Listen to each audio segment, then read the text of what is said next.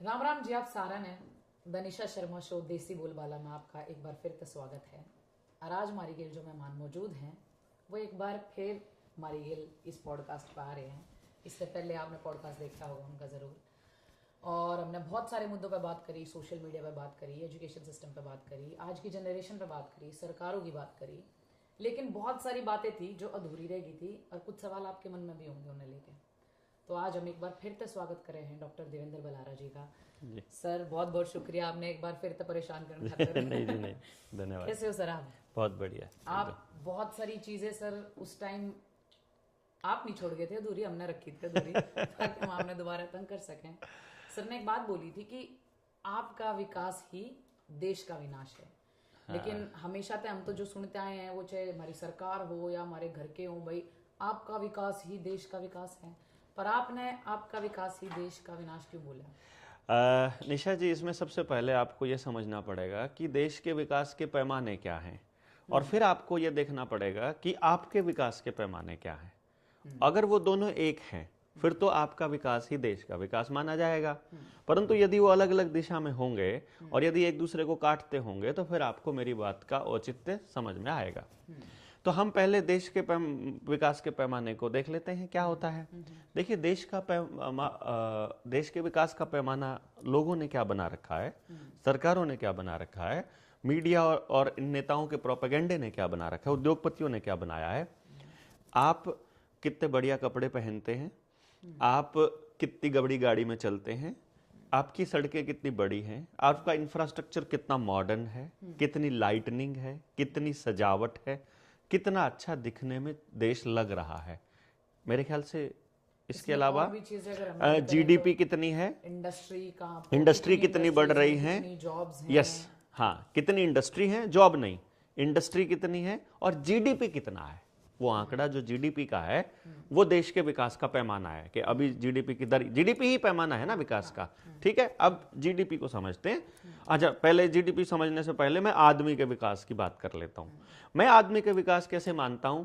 पहले से सभ्य हो गया है, पहले से कम बीमार होता है, पहले से ज्यादा खुश रहता है, पहले से ज्यादा उसके पास संसाधनों का मतलब प्रचुर मात्रा में उपलब्धता है, प्योर खाता है, शुद्ध खाता है, ऑर्गेनिक खाता है, कम से कम चीजों के ऊपर निर्भर है और अपने आप में संपूर्ण है, और अपने परिवार के साथ खुशी खुशी बिना अपराध किए और बिना नशा किए रहता है। मैं एक चीज और बोलना चाहूंगा सर, आप हरियाणवी में बोलो। हाँ चलो ठीक है, मतलब आप हरियाणवी, आपकी बहुत अच्छी, हमारे शो का नाम भी देसी बोलबाला है। देसी बोलबाला है, मतलब यो ही होगा ना भाई, आप अपने परिवार में कितना बढ़िया तरीके से रहो हो, कितने प्यार से रहो हो, और आपको जिस चीज की जरूरत है वह मिला है कि नहीं मिला है, और कितनी मुश्किल से मिलना है, किसके ऊपर निर्भर है, इससे बात पे मतलब हम ये मानेंगे कि विकास आदमी का हो रहा है। अब और समय कितना आपके पास है, because time is the luxury, अगर हम इस एक लाइन पे बोलें तो। अब मैं देश के विकास के पैमाने के सबसे बड़े आंकड़े जीडीपी पे बात करूंगा। जीडीपी, ग्रॉस डोमेस्टिक प्रोडक्शन, सकल घरेलू उत्पाद, उसको कहते हैं कि पूरे साल में पूरे देश में कितना उत्पादन हुआ या कितनी टोटल नई सेवाएं सृजन हुई, सेवाओं का सृजन हुआ। यानी कि खेत में कितना अनाज पैदा हुआ, खदानों में कितना कोयला पैदा हुआ, कितनी धातुएं निकली, और जितने और पशुधन, यानी जितना धन बढ़ा उसका बराबर का पैसा आरबीआई छाप लेगा और वो सर्कुलेट करेगा, यानी कितने पैसे का सर्कुलेशन हुआ, ये है जीडीपी का आंकड़ा। यानी कि यदि आप अपने गांव के बने स्कूल में जाते हो, गांव का आदमी वहां पढ़ाने जावे है, आप घर का बना बस्ता लेके चले जाओ, बड़े भाई की किताब लेके चले जाओ, मास्टर जी आपने पढ़ा दे, ना तो मोटरसाइकिल की जरूरत पड़ी, ना किते आने जाने की जरूरत पड़ी, ना ट्यूशन की जरूरत पड़ी, और पढ़कर घर आगे, इसमें जीडीपी का आंकड़ा 0 बढ़ेगा। ठीक से? अब अगर आप गांव तक बाहर किसी स्कूल में पढ़ो हो, बस में जाओ हो या कार में जाओ हो या मोटरसाइकिल में जाओ हो, तो आपको पेट्रोल डीजल की जरूरत पड़ेगी, नए कपड़े पहनने पड़ेंगे, नए जूते रखने पड़ेंगे, टकाटक सारी सौदा रखना पड़ेगा, टाई पैर का जानी पड़ेगी, हर साल नई किताब प्राइवेट पब्लिकेशन की लेनी पड़ेगी। फिर जो वह बस है, वह जो स्कूल की बस लेना हुआ है, उसका ड्राइवर, उसकी आया, उसका सीसीटीवी कैमरा, उसके टायर, उसका रोड का खर्चा, उसका पेट्रोल डीजल का खर्चा, और उसके मतलब चीज टूट फूट होगी उनका खर्चा टोटल मिला होगा। और गांव का प्राइवेट स्कूल होगा और उसमें प्राइवेट स्कूल में महंगी फीस होगी, तो ज्यादा पैसा सर्कुलेट होएगा, तो जीडीपी का आंकड़ा बड़ा दिखेगा। अब इसमें आदमी का नुकसान है कि फायदा है, ये आप बताओ। आदमी का तो नुकसान है, क्योंकि वह पढ़ाई जो गांव के बाहर किसी शहर के स्कूल में हो रही है, वह पढ़ाई गांव में भी हो सके है, क्योंकि वहां भी पढ़ान एलियन नहीं आता, वहां भी मानस गांव का ही जावा है पढ़ान। तो वो गांव का मानस गांव के गांव में कौन पढ़ावा है? आपके गांव में मेरे गांव का आदमी पढ़ाने जावा है, मेरे गांव में आपके गांव का पढ़ाना हुआ है, चक्री काटते रहो है। क्योंकि लोगों ने आजकल पैसा भी तो चाहिए ना। पैसा चाहिए, मैंने उसके पैसे, उसका पैसा कोई नहीं रोक रहा है। मैं ये नहीं कह रहा हूं कि उसको पैसा मिले कि ना मिले, वो गांव में पढ़ाने का भी उसने उतना ही पैसा मिल सका है, गांव वाले लग के उसने दे सके हैं। मैं तो जो ये पैसा यहां से बच्चा जो घर तक गांव में तय और जो दूसरे जगह गया है पढ़ान, और जो वहां तक मास्टर पढ़ान गांव में आया है, दोनों केस में जीडीपी बढ़ रही है। अगर गांव के गांव में पढ़ावेगा मास्टर, तो सारा दिन उन बच्चों पर निगरानी रहेगी। गांव तक बाहर का मास्टर होगा, गांव का स्कूल होगा, उन्हें इसी तीसी करिए उड़ा के बालक खराब होगा, सोबर होंदे रहो। लेकिन गांव के गांव का होगा तो गांव वाले कह सके भाई मास्टर जी आगे, वो देखो आ गया मास्टर। और बात सर ये चीजें आप तो थोड़े टाइम पहले बोल रहे होते तो भी हम ना, मैं थोड़े टाइम पहले की बात नहीं कर रहा। देखो मैं कह रहा हूं निशा जी, आप मने सिर्फ इतना बताओ कि इसमें जीडीपी बढ़ने लग रही है और इसमें जीडीपी नहीं बढ़ती है। देश के विकास का यह आंकड़ा है, लेकिन उस आदमी का नाश होने लग रहा है। सारे लोग, मैं अपने गांव का बता देता हूं आपको। मेरे गांव में मैंने मई 2025 में एक रिसर्च करी थी, जिसमें मैं हर घर में जाके ये पूछ के आया, भाई तुम्हारे पढ़ाई पे, धार्मिक कार्यों पे, हेल्थ पे, इंश्योरेंस पे और दूसरे जितने भी मुद्दे हैं उन पे कितने पैसे खर्च हुए हैं। उसमें मैंने जो पढ़ाई का जो आंकड़ा मेरे गांव से लिखड़ के आया, वो लिखड़ के आया 20 करोड़ रुपया साल का, और वो 5 स्कूल के मालिका की जेब में जावा है। अब 5 स्कूल में 20 करोड़ मेरा गांव देने लग रहा, वो गांव भी दे रहा, वो भी दे रहा, वो भी दे रहा, वो भी दे रहा। मान लो 5 गांव की बात करा उतने बड़े बड़े, तो 100 करोड़ रुपया उन 5 स्कूलों के मालिकों को दे दिया। उस 100 करोड़ रुपए में जो बच्चों का तरक्की है, उसका लेवल क्या है वो मैं बता रहा हूं। उन स्कूलों में पढ़ने वाले बालक ना तो घर का काम करके राजी, ना खेत का काम करके राजी, ना डांगरा के नजदीक जाके राजी, ना माँ बाप के नजदीक जाके राजी, और ना अपना ही कुछ पता कि मैं जिंदगी में क्या करने वाला हूं या मेरे को जिंदगी में क्या करना है। ना मैं पढ़ के राजी, बोलने में बदतमीज हो गए, खान में सारा का सारा फ्राइड खाना खावे हैं या बाहर का पैकेट वाला खावे हैं, या फिर सारा का सारा मतलब बकवाद खाना खावे हैं पैक्ड। लेकिन सर ये भी तो चीजें होगी ना, जैसे मैं भी पिछली लाइन में बोल रही थी कि संसाधन मिलन भी तो शहर में लग गए, मतलब ठीक है वो। इसका मतलब है कि कोई आदमी शहर में संसाधनों को रख रहा है, तो वो प्लान करके रख रहा है ताकि आपको गांव से शहर में जाना पड़े, ताकि आपको अपना कमाई जो है वहां लुटानी पड़े प्राइवेट कंपनियों को। अगर वो पैसा गांव के ही लोगों को मिलता होता तो कोई दिक्कत नहीं थी। पेट्रोल कंपनी कौन? अमेरिका की। गाड़ियों की कंपनियां कहां? वही उन्हीं रॉथस्चाइल्ड रॉकफेलर की। पेट्रोल डीजल भी उन्हें का, गाड़ी के टायरा की कंपनी भी उनकी, शीशे की कंपनी भी उनकी, सीट बनाने की कंपनी भी उनकी। तो वो पैसा तो आपको तो मिल नहीं रहा ना। अगर ये पैसा आप खर्च करते और उस गांव के बालक ने मिल जाता तो भी गांव की तरक्की थी। अगर वो आप खर्च करो, मन ने मिल जाए, मैं खर्च करूं किसी और ने मिल जाए, ऐसे करके मिलता रहे तो भी कोई दिक्कत नहीं। आप सारे के सारे इकट्ठे करके पैसा उन पे देने लग रहे, आपस में नहीं सर्कुलेट कर रहे हैं। जीडीपी बढ़ रही है, इससे किसका फायदा हो रहा है? तो जिसके पास पैसा जा रहा है। किसके पास जा रहा है? रॉथस्चाइल्ड एंड रॉकफेलर, दो ही आदमी, पीछे पड़ दो ही आदमी। मैं आप, क्योंकि किसी भी कंपनी का सारा अधिकार उन्हीं के पास है। रिलायंस का भी, अंबानी का, अडानी का, टाटा का, महिंद्रा का, बिरला का, अजीम प्रेम जी का, विप्रो का, जितनी बड़ी कंपनी आपके पास कंस्ट्रक्शन की हो, रियल एस्टेट की हो, इलेक्ट्रिसिटी की हो, इलेक्ट्रिक दुकानों की हो, कार ऑटोमोबाइल की हो, पेट्रोल डीजल की हो, सब उनकी हैं। ये कैमरे आप जाकर जिन कंपनियों के आप लेके यूज कर रहे हो, मोबाइल जिनका यूज कर रहे हैं, बैकग्राउंड में जाके देखोगे इन्वेस्टमेंट उन्हीं कंपनियों की है। अब उन कंपनियों की ताकत का अंदाजा आप इस बात से लगा लो, भारत की जीडीपी यानी कि साल का जो बजट है वो है 50 लाख करोड़ रुपए का। ठीक है, एक ये जो कंपनियां हैं, ये टोटल कंपनियां लगभग 30 के करीब हैं। मैंने अभी अपने नीडर इंडिया वाले चैनल पर डाला था इनकी लिस्ट। उसमें सिर्फ एक कंपनी ब्लैक रॉक, उसका एसेट मैनेजमेंट, उसका जो मतलब वैल्यू है वो है 1270 लाख करोड़। यानी भारत को 25 साल तक अकेली एक कंपनी चला सकती है, इतनी ताकतवर है वो। आप अंदाजा लगाओ फिर उसको कि वो यहां के सारे उद्योगपतियों को इस तरह से कंट्रोल करके, और वो उनके अंदर ऐसे घुसी हुई है कि जितना भी पैसा आप वहां इन्वेस्ट करते हो, जितना पैसा आप वहां खर्च करते हो, सारी टोटल है। आप रिसर्च करोगे आपको मालूम पड़ जाएगा। ब्लैक रॉक का वेल्थ मैनेजमेंट और एसेट मैनेजमेंट चेक कर लो, भारत का जीडीपी चेक कर लो, और पैसा कहां जा रहा है वो चेक कर लो, रिलायंस में शेयर होल्डर कौन है वो चेक कर लो, जो जितने भी स्टॉक एक्सचेंज में जितना भी पैसा है बाहर है, या न्यूयॉर्क के स्टॉक एक्सचेंज का पैसा है, सारे के सारे सब कंपनियों में जो इन्वेस्टमेंट है, जो FII बोलते हैं जिसको, फॉरेन इन्वेस्टमेंट जितनी भी है, वो सारी उन्हीं की है। Black rock, Vanguard.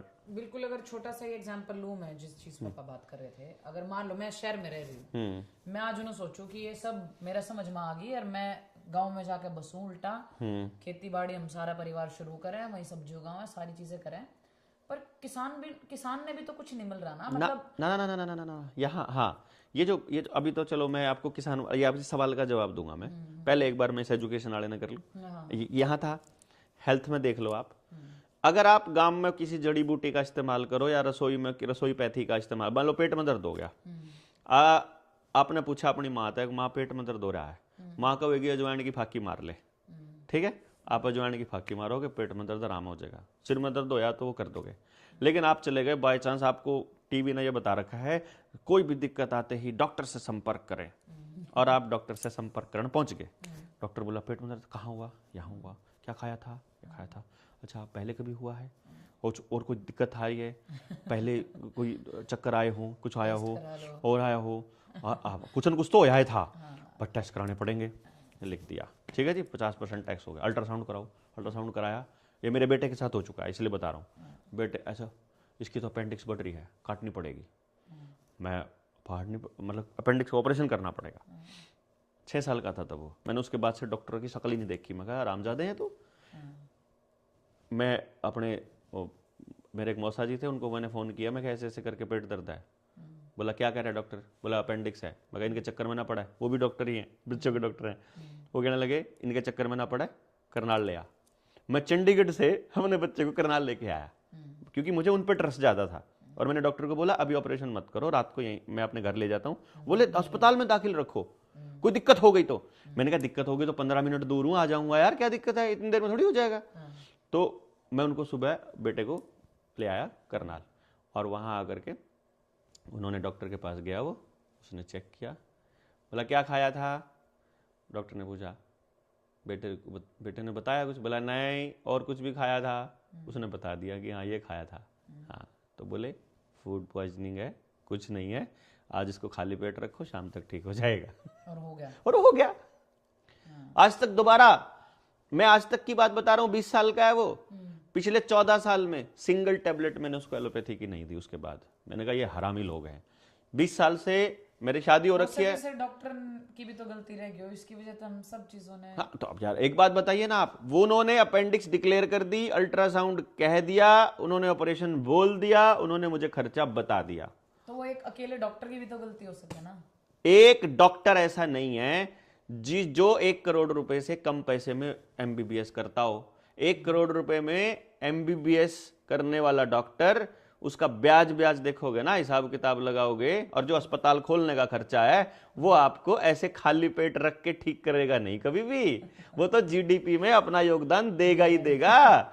उसको तो अगर आप घर में अजवाइन लेके करोगे अपना पेट दर्द ठीक, तो GDP नहीं बढ़ेगी। लेकिन यदि आप अल्ट्रासाउंड करवाओगे, टेस्ट करवाओगे, दवाइयां खाओगे, दवाइयों वाला मेरा कल एक मेरे यहाँ मेरठ से एक साथी आया हुआ था, वो बता रहा था जी मैं मेडिकल डॉक्टरों के पास दवाइयां सप्लाई करता हूँ और इंटरनेशनल लेवल पे करता हूँ। बोला जो दवाई 600 रुपये लिखा होता है जिस पैक के ऊपर, वो हम लोगों को 114 रुपये 115 रुपये में मिलती है, और उसका बनाने का जो खर्चा होता है वो एक टेबलेट का मुश्किल से 50 पैसे या 60 पैसे होता है, या ज़्यादा करो तो 2 रुपये तक मैक्सिमम होता है बड़ी से बड़ी दवाई का।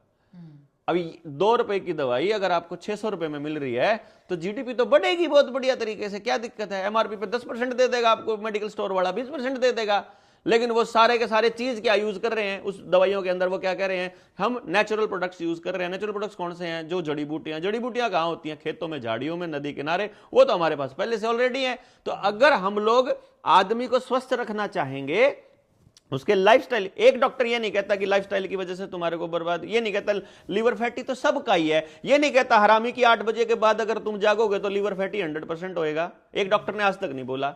शुगर का मरीज जाते हैं, मेरे करनाल में सबसे बेस्ट शुगर का एक डॉक्टर है, वो अपने आप को ये कहता दुनिया में इससे अच्छा शुगर का कोई डॉक्टर नहीं है। मैंने कहा आज तक सिंगल एक मरीज बताओ जो इसने ठीक किया हो। मरीज ठीक तो एक भी नहीं होया, मरीज एक भी ठीक नहीं होया, तो सब द बेस्ट डॉक्टर क्या के नाम का है? अभी आपने लखनऊ में खबर पड़ी होगी, वो डॉक्टर जो था हार्ट का पेशेंट, हार्ट का डॉक्टर, हार्ट का ऑपरेशन करते हुए क्योंकि वैक्सीनेटेड था और ऑपरेशन की टेबल पे ही हार्ट अटैक होकर मर गया, उसका हार्ट खोल रखा और ऑपरेशन टेबल पे मर गया। तो मतलब ये वो डॉक्टर है जो हार्ट का पेशेंट, वो दुनिया को बता रहा है हार्ट का पेशेंट मैं डॉक्टर हूं, और वो खुद हार्ट अटैक से मर रहा है, वे डॉक्टर है हमारे पास। मैं ये कहने की कोशिश कर रहा हूं वहां हेल्दी रहना वो जीडीपी में योगदान नहीं दे रहा है, आपका बीमार होना जीडीपी में योगदान दे रहा है। आप अगर पंचायत में फैसला कर लेते हो गांव में एक ही दिन के अंदर तो जीडीपी में योगदान 0 है, लेकिन यदि आप पुलिस के पास जाओगे, वकील के पास जाओगे, कोर्ट में चक्री काटते रहोगे 10-10, 20-20 साल तो जीडीपी बढ़ती है। यानी कि राजनीति अगर समाज आधारित कर लोगे और वैसे ही चुन लोगे सरपंच अपना तो जीडीपी नहीं बढ़ती है, लेकिन अगर 50 लाख रुपए और 1 करोड़ रुपया लगा के सरपंच एमएलए 20-20 करोड़ रुपया खर्च करके एमएलए एमपी बनते हो तो जीडीपी बढ़ती है। आप अगर ये खर्चा इस तरह से करते हो, शिक्षा, स्वास्थ्य, न्याय, राजनीति, खेती यदि आप बैल से करने लग जाओगे और खाद अपनी घर की बनाने लग जाओगे और घर का कचरा कूड़ा सारा खेत में, खेत का पेट में, पेट का खेत में यूं डालना चालू कर दो, जीडीपी नहीं बढ़ती है। लेकिन अगर आप पैक्ड खाना लेके, पैक्ड चीजें लेके आओगे तो उस पैकेट को ढोने के लिए आपको स्वच्छता अभियान वाली गाड़ियों की जरूरत पड़ेगी। गांव में भी वो गाड़ियां जीडीपी बढ़ाने के लिए हैं। गांव में खेत में ट्रैक्टर होगा, तेल डीजल होगा, सारी मशीनें होंगी। मैं ये कह रहा हूं, अब जो आपका सवाल था, अब मैं उस पे आ रहा हूं जो आपने सवाल पूछा था। अब आपको समझ में आ गया कि आपका ठीक रहना जीडीपी के लिए खतरनाक है, आपका बर्बाद रहना जीडीपी के लिए बेहतर है, यानी आपका विनाश ही देश का विकास है। इति सिद्धम, ये तो एक लाइन होगी जो आप थ्योरम में लिखा कर दे, सिद्ध हो गया। देश का विकास तो नहीं हुआ सर, जीडीपी बढ़ रही तो देश का विकास के आंकड़ों में आता है ना कि देश इतने, देश के लिए तो कुछ हो नहीं रहा ना, तो आप ही कह रहे हो देश ही के लिए हो रहा है ना, वो तो ये कह रहे हैं। जो आपको बताया गया वो तो ये बताया गया ना कि जीडीपी में आंकड़ा बढ़ रहा है तो देश के लिए है। यहां तक कि मैं आपको दूसरी बात बताता हूं, सब्जी आपने खेत में तो ले ली तो जीडीपी नहीं बढ़ेगी, आपने बटोड़े पर घिया तोड़ के खा ली तो जीडीपी नहीं बढ़ेगी, लेकिन आपने रेडी वाले को ऑनलाइन ट्रांजेक्शन किया, 20 रुपए की भी ली हो चाहे, वो जीडीपी बढ़ेगी। अगर मैंने आपको पैसा उधार देना या लेना है, अगर मैं कैश दे दूं और कैश ले लूं तो जीडीपी नहीं बढ़ेगी, ठीक है, और अपना भाईचारा बना रहे। लेकिन यदि मैं ये पैसा बैंक के थ्रू आपको दूं, पहले तो 2-4 लाख रुपए और फिर वो आप मुझे वापस करो, तो ट्रांजैक्शन हुआ ना, तो जीडीपी बढ़ी। यानी कि और उसमें वो टैक्स मेन्यू कह देंगे कि इतना ट्रांजैक्शन हो गया तो अब जो तुमको जीएसटी या दूसरे टैक्स देने पड़ेंगे, इनकम टैक्स। मेरा मकसद ये है टैक्सेशन प्रणाली, जितना भी टैक्स है, चाहे टोल टैक्स हो, चाहे इनकम टैक्स हो, और ये जो जीडीपी के जो आंकड़े हैं ये देश के विकास को दिखाने के आंकड़े हैं। तो यदि देश विकास, मतलब विकास दिख रहा है, इतने ट्रिलियन इकोनॉमी बन गई है, तो इसका मतलब आदमी विनाश की तरफ है, ये कन्फर्म है। दूसरी बात, आपने बोला क्या गांव की तरफ शिफ्ट हो जाना चाहिए, मैं ये नहीं कह रहा हूं, मैंने ऐसा बिल्कुल नहीं कहा। आप होना चाहे होइए, ना होना चाहे मत होइए। मैं आपको ये बता रहा हूं, यदि आपको शहर में हवा दूषित मिल रही है, यदि यहां भाईचारा नहीं है, यहां किसी को देख के कोई राजी नहीं है, कोई देख नहीं रहा है, तो भाई फिर जहां हवा साफ है वहां जाकर के चीजों को ठीक कर लीजिए, जिनकी वजह से आप गांवों से शहर में आए थे। ये तो श्योरिटी है ही नहीं सर, कहां कैसे लोग मिलेंगे, गांव में भी ऐसे लोग मिल जाएंगे। देखो मैं आपको बता रहा हूं, गांव में ऐसे लोग मिल जाएंगे, लेकिन गांव आपका है, गांव में आपकी जड़ें हैं, जहां जड़ें हैं, जहां डीएनए है, वहां वो नेचुरल बॉन्डिंग, कुदरती बॉन्डिंग किसको कहते हैं, जैसे बच्चा जहां जिस घर में पैदा हुआ उस मां को उसने बचपन से स्मेल किया, तो उस खुद शहर में क्यों रह रहे हो फिर? मैं बता दूंगा इसको, ठीक है, इस पॉइंट बता दूं, उस बच्चे ने माँ को स्मेल किया तो सबसे ज्यादा बॉन्डिंग उसकी माँ के साथ, फिर जिन घर वालों के साथ रहा सबसे ज्यादा बॉन्डिंग फिर उनके साथ, फिर जिनके साथ वो अपने बचपन में रहा उससे अगली बॉन्डिंग उनके साथ, फिर जिन जिन से उसको वास्ता पड़ा उस अगली बॉन्डिंग उसके साथ। तो वो जो गांव में है वो नेचुरल बॉन्डिंग है उसकी। पर सर आज के टाइम में गांव हो शहर हो कहीं भी वो बॉन्डिंग भाई भाई में बॉन्डिंग नहीं रही। तो चलो ये तो सामाजिक एक दूसरी समस्या हो गई ना। मैं कह रहा हूं सही और गलत की बात। मैं ये नहीं कह रहा हूं कि मेरी और आपकी अगर नहीं बनती है तो अब हमारे पास दो रास्ते हैं, हम एक दूसरे का सिर फोड़ें, दूसरा रास्ता है कि हम एक दूसरे से बातचीत करना बंद कर दें और मुंह फेर के बैठ जाएं, और तीसरा रास्ता है हम बातचीत करके उस मसले को सुलझा लें। जो बातचीत करके मसले को सुलझाने वाला पॉइंट है, इस पर गांव के लोगों की नजर नहीं है। वहां गलती को देखते हुए, समस्या को देखते ही वो गांव छोड़कर भागने की तरफ है। मैं अपनी बताता हूं, जो आपने मुझसे पूछा कि मैं क्यों रहता हूं। मैं 10वीं क्लास तक गांव में पढ़ा, गांव के सरकारी स्कूल में मैंने 10वीं करी, करनाल जिला मैंने टॉप किया। घर वालों ने सोचा इसको अच्छे स्कूल में पढ़ाना चाहिए, और मुझे इसके चक्कर में गांव 10वीं के बाद का स्कूल तो असंध में भी था, मेरा गांव फफड़ाना असंध के नजदीक पड़ता है, जलमाड़ा में भी होगा, सफेदों में भी था, डेली आ जा सकता था। लेकिन मेरे घर वालों ने कहा नहीं, डिस्ट्रिक्ट हेडक्वार्टर में अच्छा स्कूल मिलेगा, तो उन्होंने मुझे करनाल के एक बहुत अमीर जादों के स्कूल में दाखिल करवा दिया, जहां अंग्रेजी बोला करते थे और गालियां ही गालियां दिया करते थे, और कंपटीशन उनका मुख्य उद्देश्य था। और मैं उस स्कूल में भेज दिया, और मैं उस दिन के बाद से आज तक वापस नहीं आया।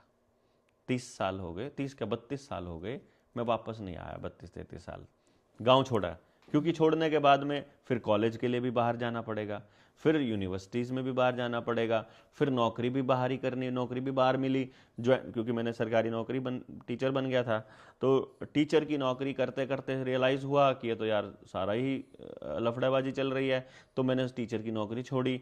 फिर मैंने कहा कि भाई मेरे पास ये रिसर्च है, मैं इसका फ़ायदा गाँव को देना चाहता हूँ। गाँव वालों से बात करी, उन्होंने कहा कि रहने दे, फालतू बकवास करने की ज़रूरत नहीं है। मैंने कहा यही तो पॉइंट मैं भी बता रहा हूँ अभी आपको, लेकिन मेरे दिमाग से वो नहीं गया ना बात। मैं आपको फिर कह रहा हूं, मैं आज तक मैं इस बात को माना नहीं ना। मैंने इसका रीजन देखा कि क्यों, तो मैंने देखा उनकी साइकोलॉजी ऐसी बना दी मीडिया ने कि वो गांव में बैठे आदमी को रिस्पेक्ट नहीं कर रहे हैं, चंडीगढ़ में बैठे आदमी की रिस्पेक्ट कर रहे हैं। तो मैंने चंडीगढ़ में अपना सेंटर खोला और अपनी बात को प्रूव किया, जो मैं करना चाहता था। प्रूव करने के बाद मैंने पूरी सोसाइटी में यह बता दिया कि अब मैं 2 महीने की बच्चे पढ़ाने का 5 लाख रुपया मेरी फीस, एक अपॉइंटमेंट की 1.5 लाख रुपए मेरी फीस, मैं आपके बच्चे को ये बता सकता हूं किस काम के लिए बना है। अब मेरी बात को उन्होंने सुनना शुरू किया, लेकिन मेरे अंदर से गांव अभी तक गया नहीं। मैं फिर से अब मैंने देखा कि यार मेरे बच्चे को तो लोग बोलते हैं, गांव वाले बोलते हैं चंडीगढ़ का है, चंडीगढ़ वाले बोलते हैं तो फफड़ाना का है, तो ये बच्चा मेरा कहाँ का है? मैंने तो इसकी जड़ काट दी। मैं उसे बोला, गाँव में आकर मैंने गाँव वालों से बात की। मैंने कहा चाचा, पूरे गाँव में मोहल्ला वाइज बात करके मैंने पूछा उनसे, मैंने कहा ये चीज़ें खराब क्यों हुई, क्या रीजन रहा कि आपको जहां पूरे गांव में 10 ट्रैक्टरों से काम चल जाता था, हर घर को ट्रैक्टर क्यों लेना पड़ा? अकड़, मतलब मरोड़, अहंकार, लालच एंड सो ऑन, बहुत सारी चीजें आई। तो मैंने बैठ के चर्चा की, क्या ये चीजें ठीक हो सकती हैं चाचा? बोले यार बात करेंगे तो हो जाएगी, कोई इतनी बड़ी बात नहीं। क्योंकि मैंने उन बातों को मैं आगे तक लेके गया कि बताओ, रीजन बताओ, कारण बताओ।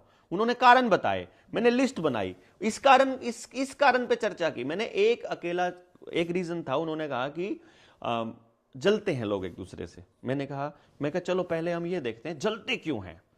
मैंने जलने की लिस्ट बनाई, वहां लोग बैठे थे, टोटल 42 पॉइंट्स निकल के आए एक दूसरे से जलने के, सबने अपने अलग अलग बताए।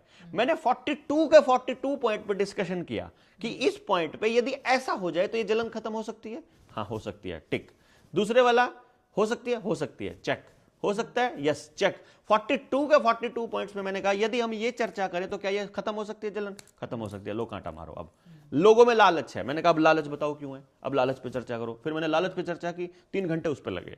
फिर मैंने जितने कारण थे लोगों के गांव से छोड़कर जाने के, मैंने सब पे एक एक करके मैंने कहा ऐसे ही यदि हम लोग 7-7, 8-8 घंटे बैठकर बात करेंगे तो आपको यह समझ में आएगा कि इस प्रॉब्लम का सॉल्यूशन किया जा सकता है प्रैक्टिकली। देखो, मैं ये नहीं कहूंगा किसी को भी कि तुमको गांव जाना चाहिए कि शहर जाना चाहिए, लेकिन मैं ये बताऊंगा सही क्या है और गलत क्या है, खाना कौन सी चीज। मैं ये कह रहा हूं भाई, अपने खेत में बिना केमिकल का उगा हुआ खाना बेस्ट है, और बाजार में पैक किया हुआ खाने में ये केमिकल्स, ये खराब है। अब आप ये कह करके उस कचरे को खाते रहो कि हमारे पास चॉइस नहीं है, दिस इज नॉट राइट। लेकिन सर कहीं ना कहीं देखो, आप भी उसी फॉर्मेट में आ गए ना, जैसे शहर में आ गए आप। अब ऑब्वियसली बात है, आपने घर में सब्जी वब्जी कितनी उगा लोगे आप, जिस हिसाब मैं शहर में रहता हूं, हाँ। एक भी पैकेट वाला खाना मेरे घर में नहीं आता। आज तक मेरे बच्चे ने, हमने कभी कोल्ड ड्रिंक नहीं पी, बाजार की हमने कोई आइटम नहीं खाई। शादी को हमारे कितने साल हो, 20 मतलब 12 से लेके 14 साल तो मुझे चंडीगढ़ में शिफ्ट हुए हो गए, और 20 साल मेरी शादी को हो गए। हम कभी भी स्पेशल घर से डिनर करने बाहर नहीं जाते। आप सब्जियां घर में ही उगाओ सारी? हमारी सब्जियां तो गांव से आ जाती है, नहीं तो गांव के किसी मित्र से हमारा संपर्क है, और नहीं तो हम जाकर खेतों में से, कुछ लोग हमने पॉइंट आउट किए हुए हैं कि ये लोग ऑर्गेनिक उगाते हैं, उनके खेत से जाके एक हफ्ते की सब्जी हम लोग ले आते हैं, हफ्ते 10 दिन की। नहीं तो मैं घूमता रहता हूँ, तो जहाँ भी सब्जी देखता हूँ खेत में, उससे पूछता हूँ कि तो दवाइयाँ छिड़कता है नहीं छिड़कता है। और वैसे भी पता है सबको कि भाई जो मार्केट रेट है, जो ऑर्गेनिक का रेट है, उससे फालतू मेरे से ले लो, लेकिन मुझे सब्जी ये चाहिए। लेकिन आपने जैसे एक दो बातचीत में कहा कि आप इतनी फीस चार्ज कर रहे हो, इतने लोग, तो कहीं ना कहीं आप भी उसी फॉर्मेट में आगे, आप भी तो लोगों को फ्री चीजें बता सको, या हम तो बताता हूं मैं आपको, अपने गांव के लिए चाहिए, आपको अपने पूरी कम्युनिटी के लिए चाहिए, तो मेरी टेक्नोलॉजी, मेरी ट्रेनिंग और मेरा टाइम फ्री है, टोटल फ्री है, एक भी पैसा नहीं लेता हूं मैं। पर आपको केवल अपने व्यक्तिगत स्वार्थ में, केवल अपने बच्चे के लिए या अपने लिए चाहिए, तो फिर नहीं। फिर तो मैं आपके बच्चे के लिए कर रहा हूं, तो आप मेरे बच्चे के लिए कीजिए ना। वो सिर्फ काइंड में है, आप काइंड में कर दो भाई, मेरे इस समय की जो कीमत है वो आपको चुकानी पड़ेगी। आप अपने गांव के लिए कर रहे हो मान लो, तो मैं आपको ये सारी चीजें फ्री सिखाऊंगा, तो आप सीख करके अपने घर में अप्लाई कर लो। मैं कब कह रहा हूं कि आपको इसका लिए पैसा देना पड़ेगा? वो पैसा इसलिए क्योंकि मुझे अभी फिलहाल लोगों में मैं इस लेवल पर कॉन्शियसनेस नहीं जगा पाया हूं कि वो आदमी की बात को समझे। अभी लोगों को शायद इसे भ्रम में डाला हुआ है कि ये जो बताने वाला है ये कौन सी गाड़ी में आता है, ये देख करके हिसाब लगाते हैं कि इसकी बात सुननी चाहिए कि नहीं सुननी चाहिए, ये किस तरह के कपड़े पहनता है, किस तरह की, ये अंग्रेजी बोलता है कि हिंदी बोलता है कि गामड़ी बोलता है, ये पैसा कितना कमाता है, इसके पास कितना है। ये अभी वो आदमी की अच्छाई और बुराई का अंदाजा उसकी इस तरह की नकली ताकत से लगाते हैं, वो उसकी बात को नहीं समझ रहे होते हैं। इसीलिए वो चीज के लिए मुझे गांव से बजाय मुझे अपना हेडक्वार्टर चंडीगढ़ में बनाना पड़ा। दूसरी बात, मेरा बेटा इंटरनेशनल प्लेयर है लॉन टेनिस का, मेरे पास मेरे गांव में बनाना पड़ा सर, सबकी गेली हुआ है ना, सारी चीज ना ना ना ना ना ना। मैं वापस गांव में आना पड़ा, अब ये कह करके अब मैं गांव में वापस आ रहा हूं। मैं उसको गांव को बना रहा हूं कि रहने लायक बने, कम से कम मैं नहीं रह पाऊं तो मेरा बच्चा तो रह पाए, और मेरा बच्चा नहीं रह पाए तो अगली जनरेशन तो 100%, कि हम 2 जनरेशन अगर जोर लगाकर अपने गांव को रहने लायक बना पाए तो मेरी अगली जनरेशन कम से कम गांव में रह पाए, अपने ही स्वराज के अंदर रह पाए और किसी की गुलामी ना करनी पड़े। मैं ये बिल्कुल नहीं कह रहा हूं कि आप वो काम ना करिए जो आपको आज करने पड़ रहे हैं, मैं ये कह रहा हूं, लेकिन उस बात को मत भूलिए कि सही क्या है और गलत क्या है। आपका प्रयास दिन ब दिन, मैं रहता चंडीगढ़ में हूं, मेरी फैमिली चंडीगढ़ में इसलिए रहना पड़ता है क्योंकि मेरे बच्चे को वहां कोचिंग वहां ले रहा है, लेकिन मैं लॉन टेनिस खेलता है ना, तो उसका कोच वहीं पे रहता है। तो अभी बाहर से स्पेन से आए हुए कोच है, उनसे कोचिंग ले रहा है। अब वो स्पेन से आए हुए कोच जिस दिन मेरे गांव में आके सिखाने लगे, उस दिन मुझे नहीं जाना पड़ेगा, और मैं 24 आवर 24 घंटे 365 दिन, अभी आपको पता नहीं होगा शायद, मैं अभी दुबलदन गांव में हूं 2 तारीख से, वहां गांव के मंदिर में रहता हूं, किसी के कमरे में नहीं रहता हूं। हमारी पूरी टीम मंदिर में रहती है, और वहां पराड़ी घेर के, गद्दे घेर के, और वहीं पे कंबलों में वहीं सो रहे हैं, और रात को 3-3 2-2 बजे तक वहां गांव के इस पूरी स्ट्रक्चर के ऊपर चर्चा चलती है।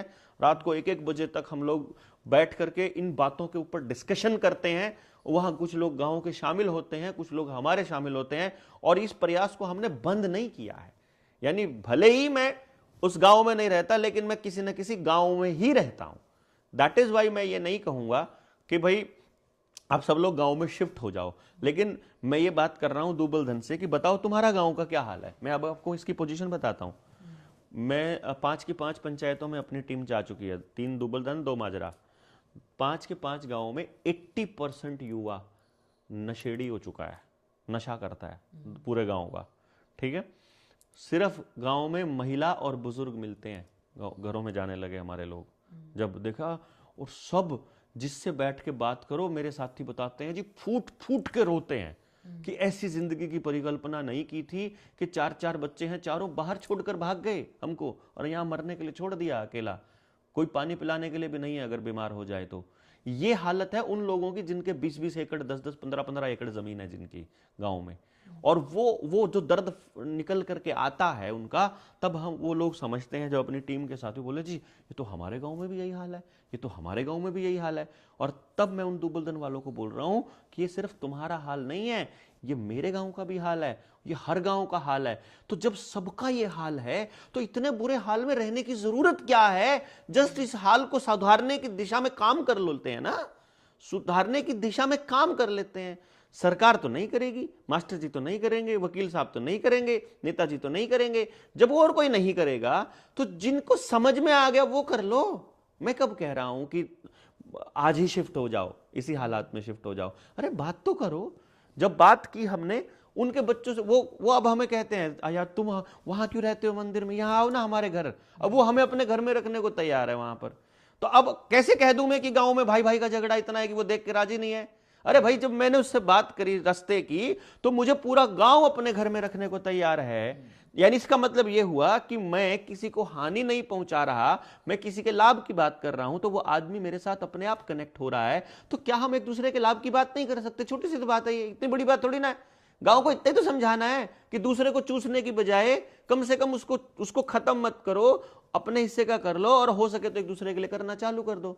यदि मैं आपके बच्चे को अपना और अपने को आप मेरे को अपना मानने लगोगे तो फिर हम दोनों में फर्क कहां रह जाएगा?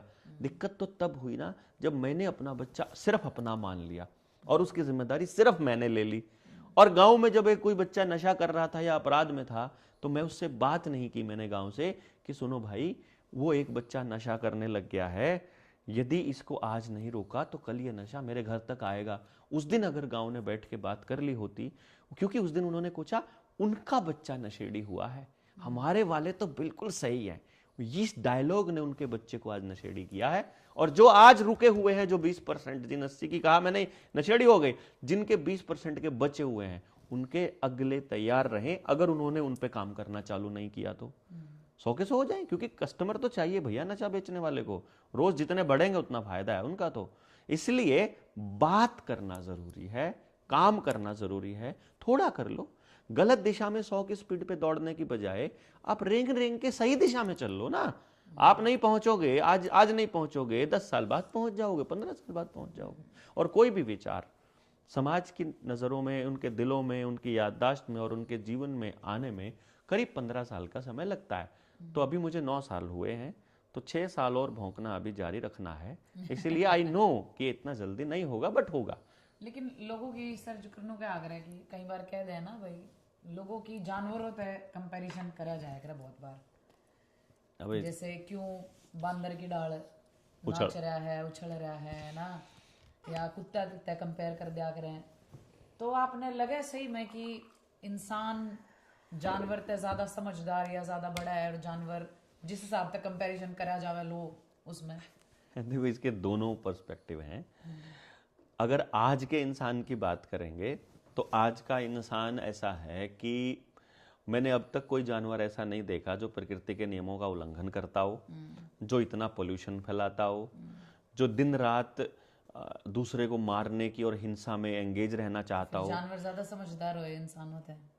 ऑब्वियसली आज के टाइम पर तो जानवर बहुत अच्छे हैं, बल्कि अगर सबसे घिनौना जानवर प्राणी अगर इस धरती पर माना जाए, देखा जाए, जो पहाड़ों को काट रहा है, पेड़ों को काट रहा है, एक दूसरे को काटने पे, एक दूसरे को लूटने पे लगा पड़ा है, और अंदर लालच, डर और घृणा, ये सब सारे भाव उसके अंदर भरे पड़े हैं, तो वो अकेला खाली इंसान ही है। तो फिर मैं इसकी गहराई तक जाने की मैंने कोशिश की और समझने की कोशिश की, तो परमात्मा ने थोड़ी बहुत जो समझ दी उसके हिसाब से फिर मुझे कुछ चीज़ें स्पष्ट हुई और मुझे पता चला कि इंसान को सर्वश्रेष्ठ क्यों कहा होगा किसी ने, जिसने भी कहा होगा।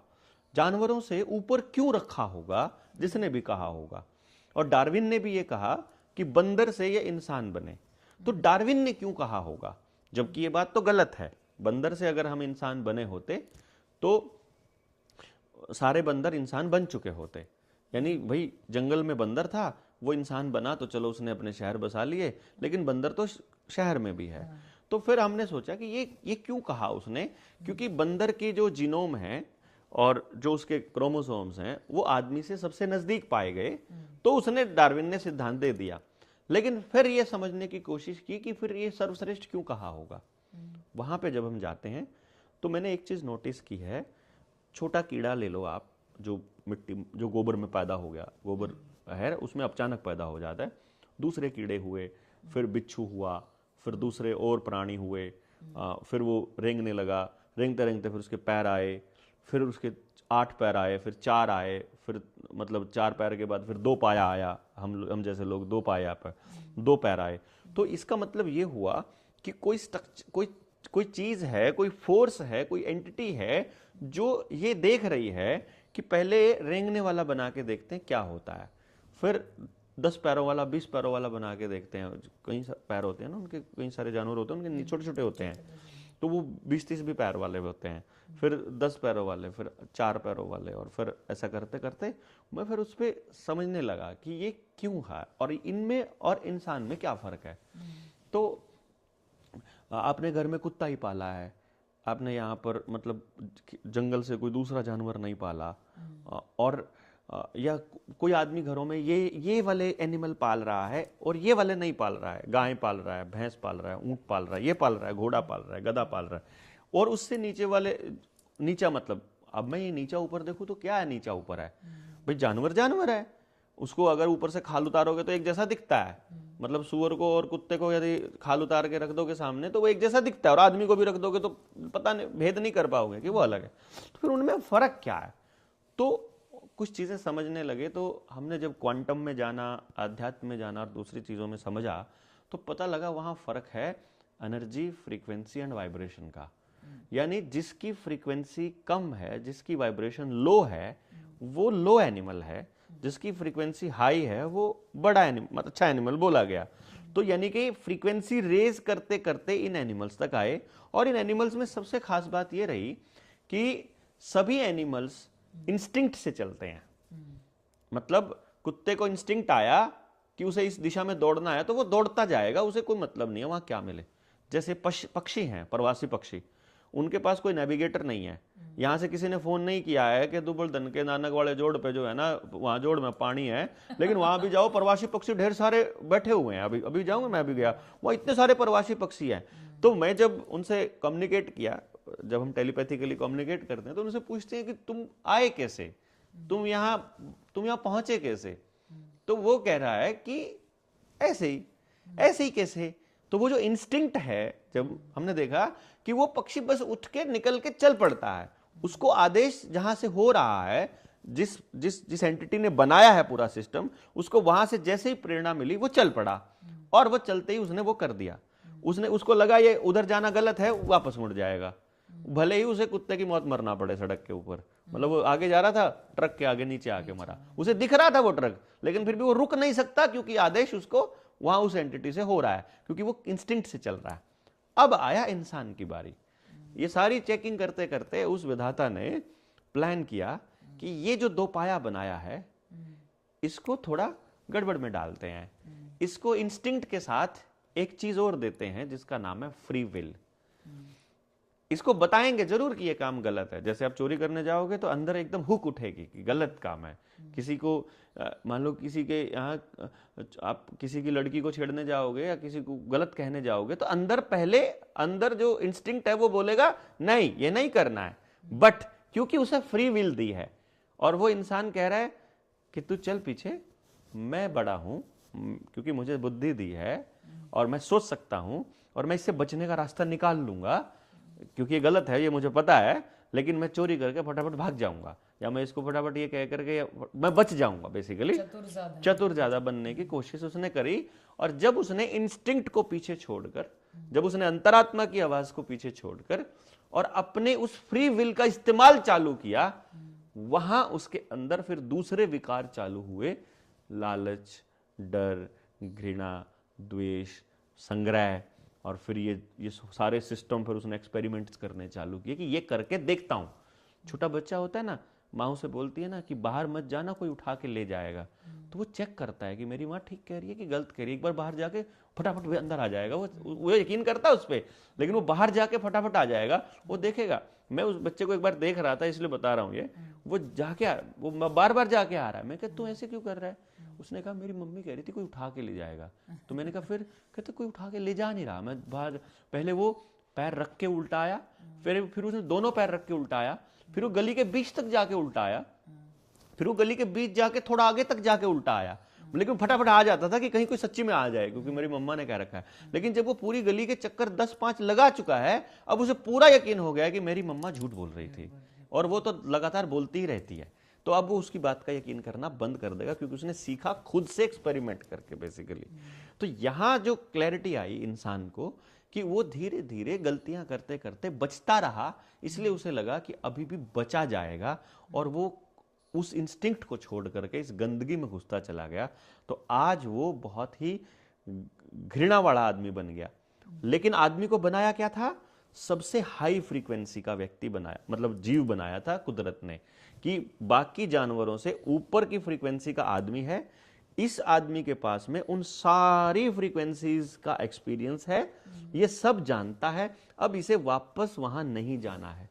और अगर इनका टोटल देखोगे आप, जितने टाइप के अंडज हैं, अंडों से जो पैदा होते हैं, जितने टाइप के उड़ने वाले नभचर हैं, पक्षी जो हैं, और जितने कीड़े बनते हैं, और जितने फिर कोख से जन्म लेते हैं, अगर उन प्राणियों का टोटल देखोगे, वो प्रजातियां बनेंगी 84 लाख लगभग।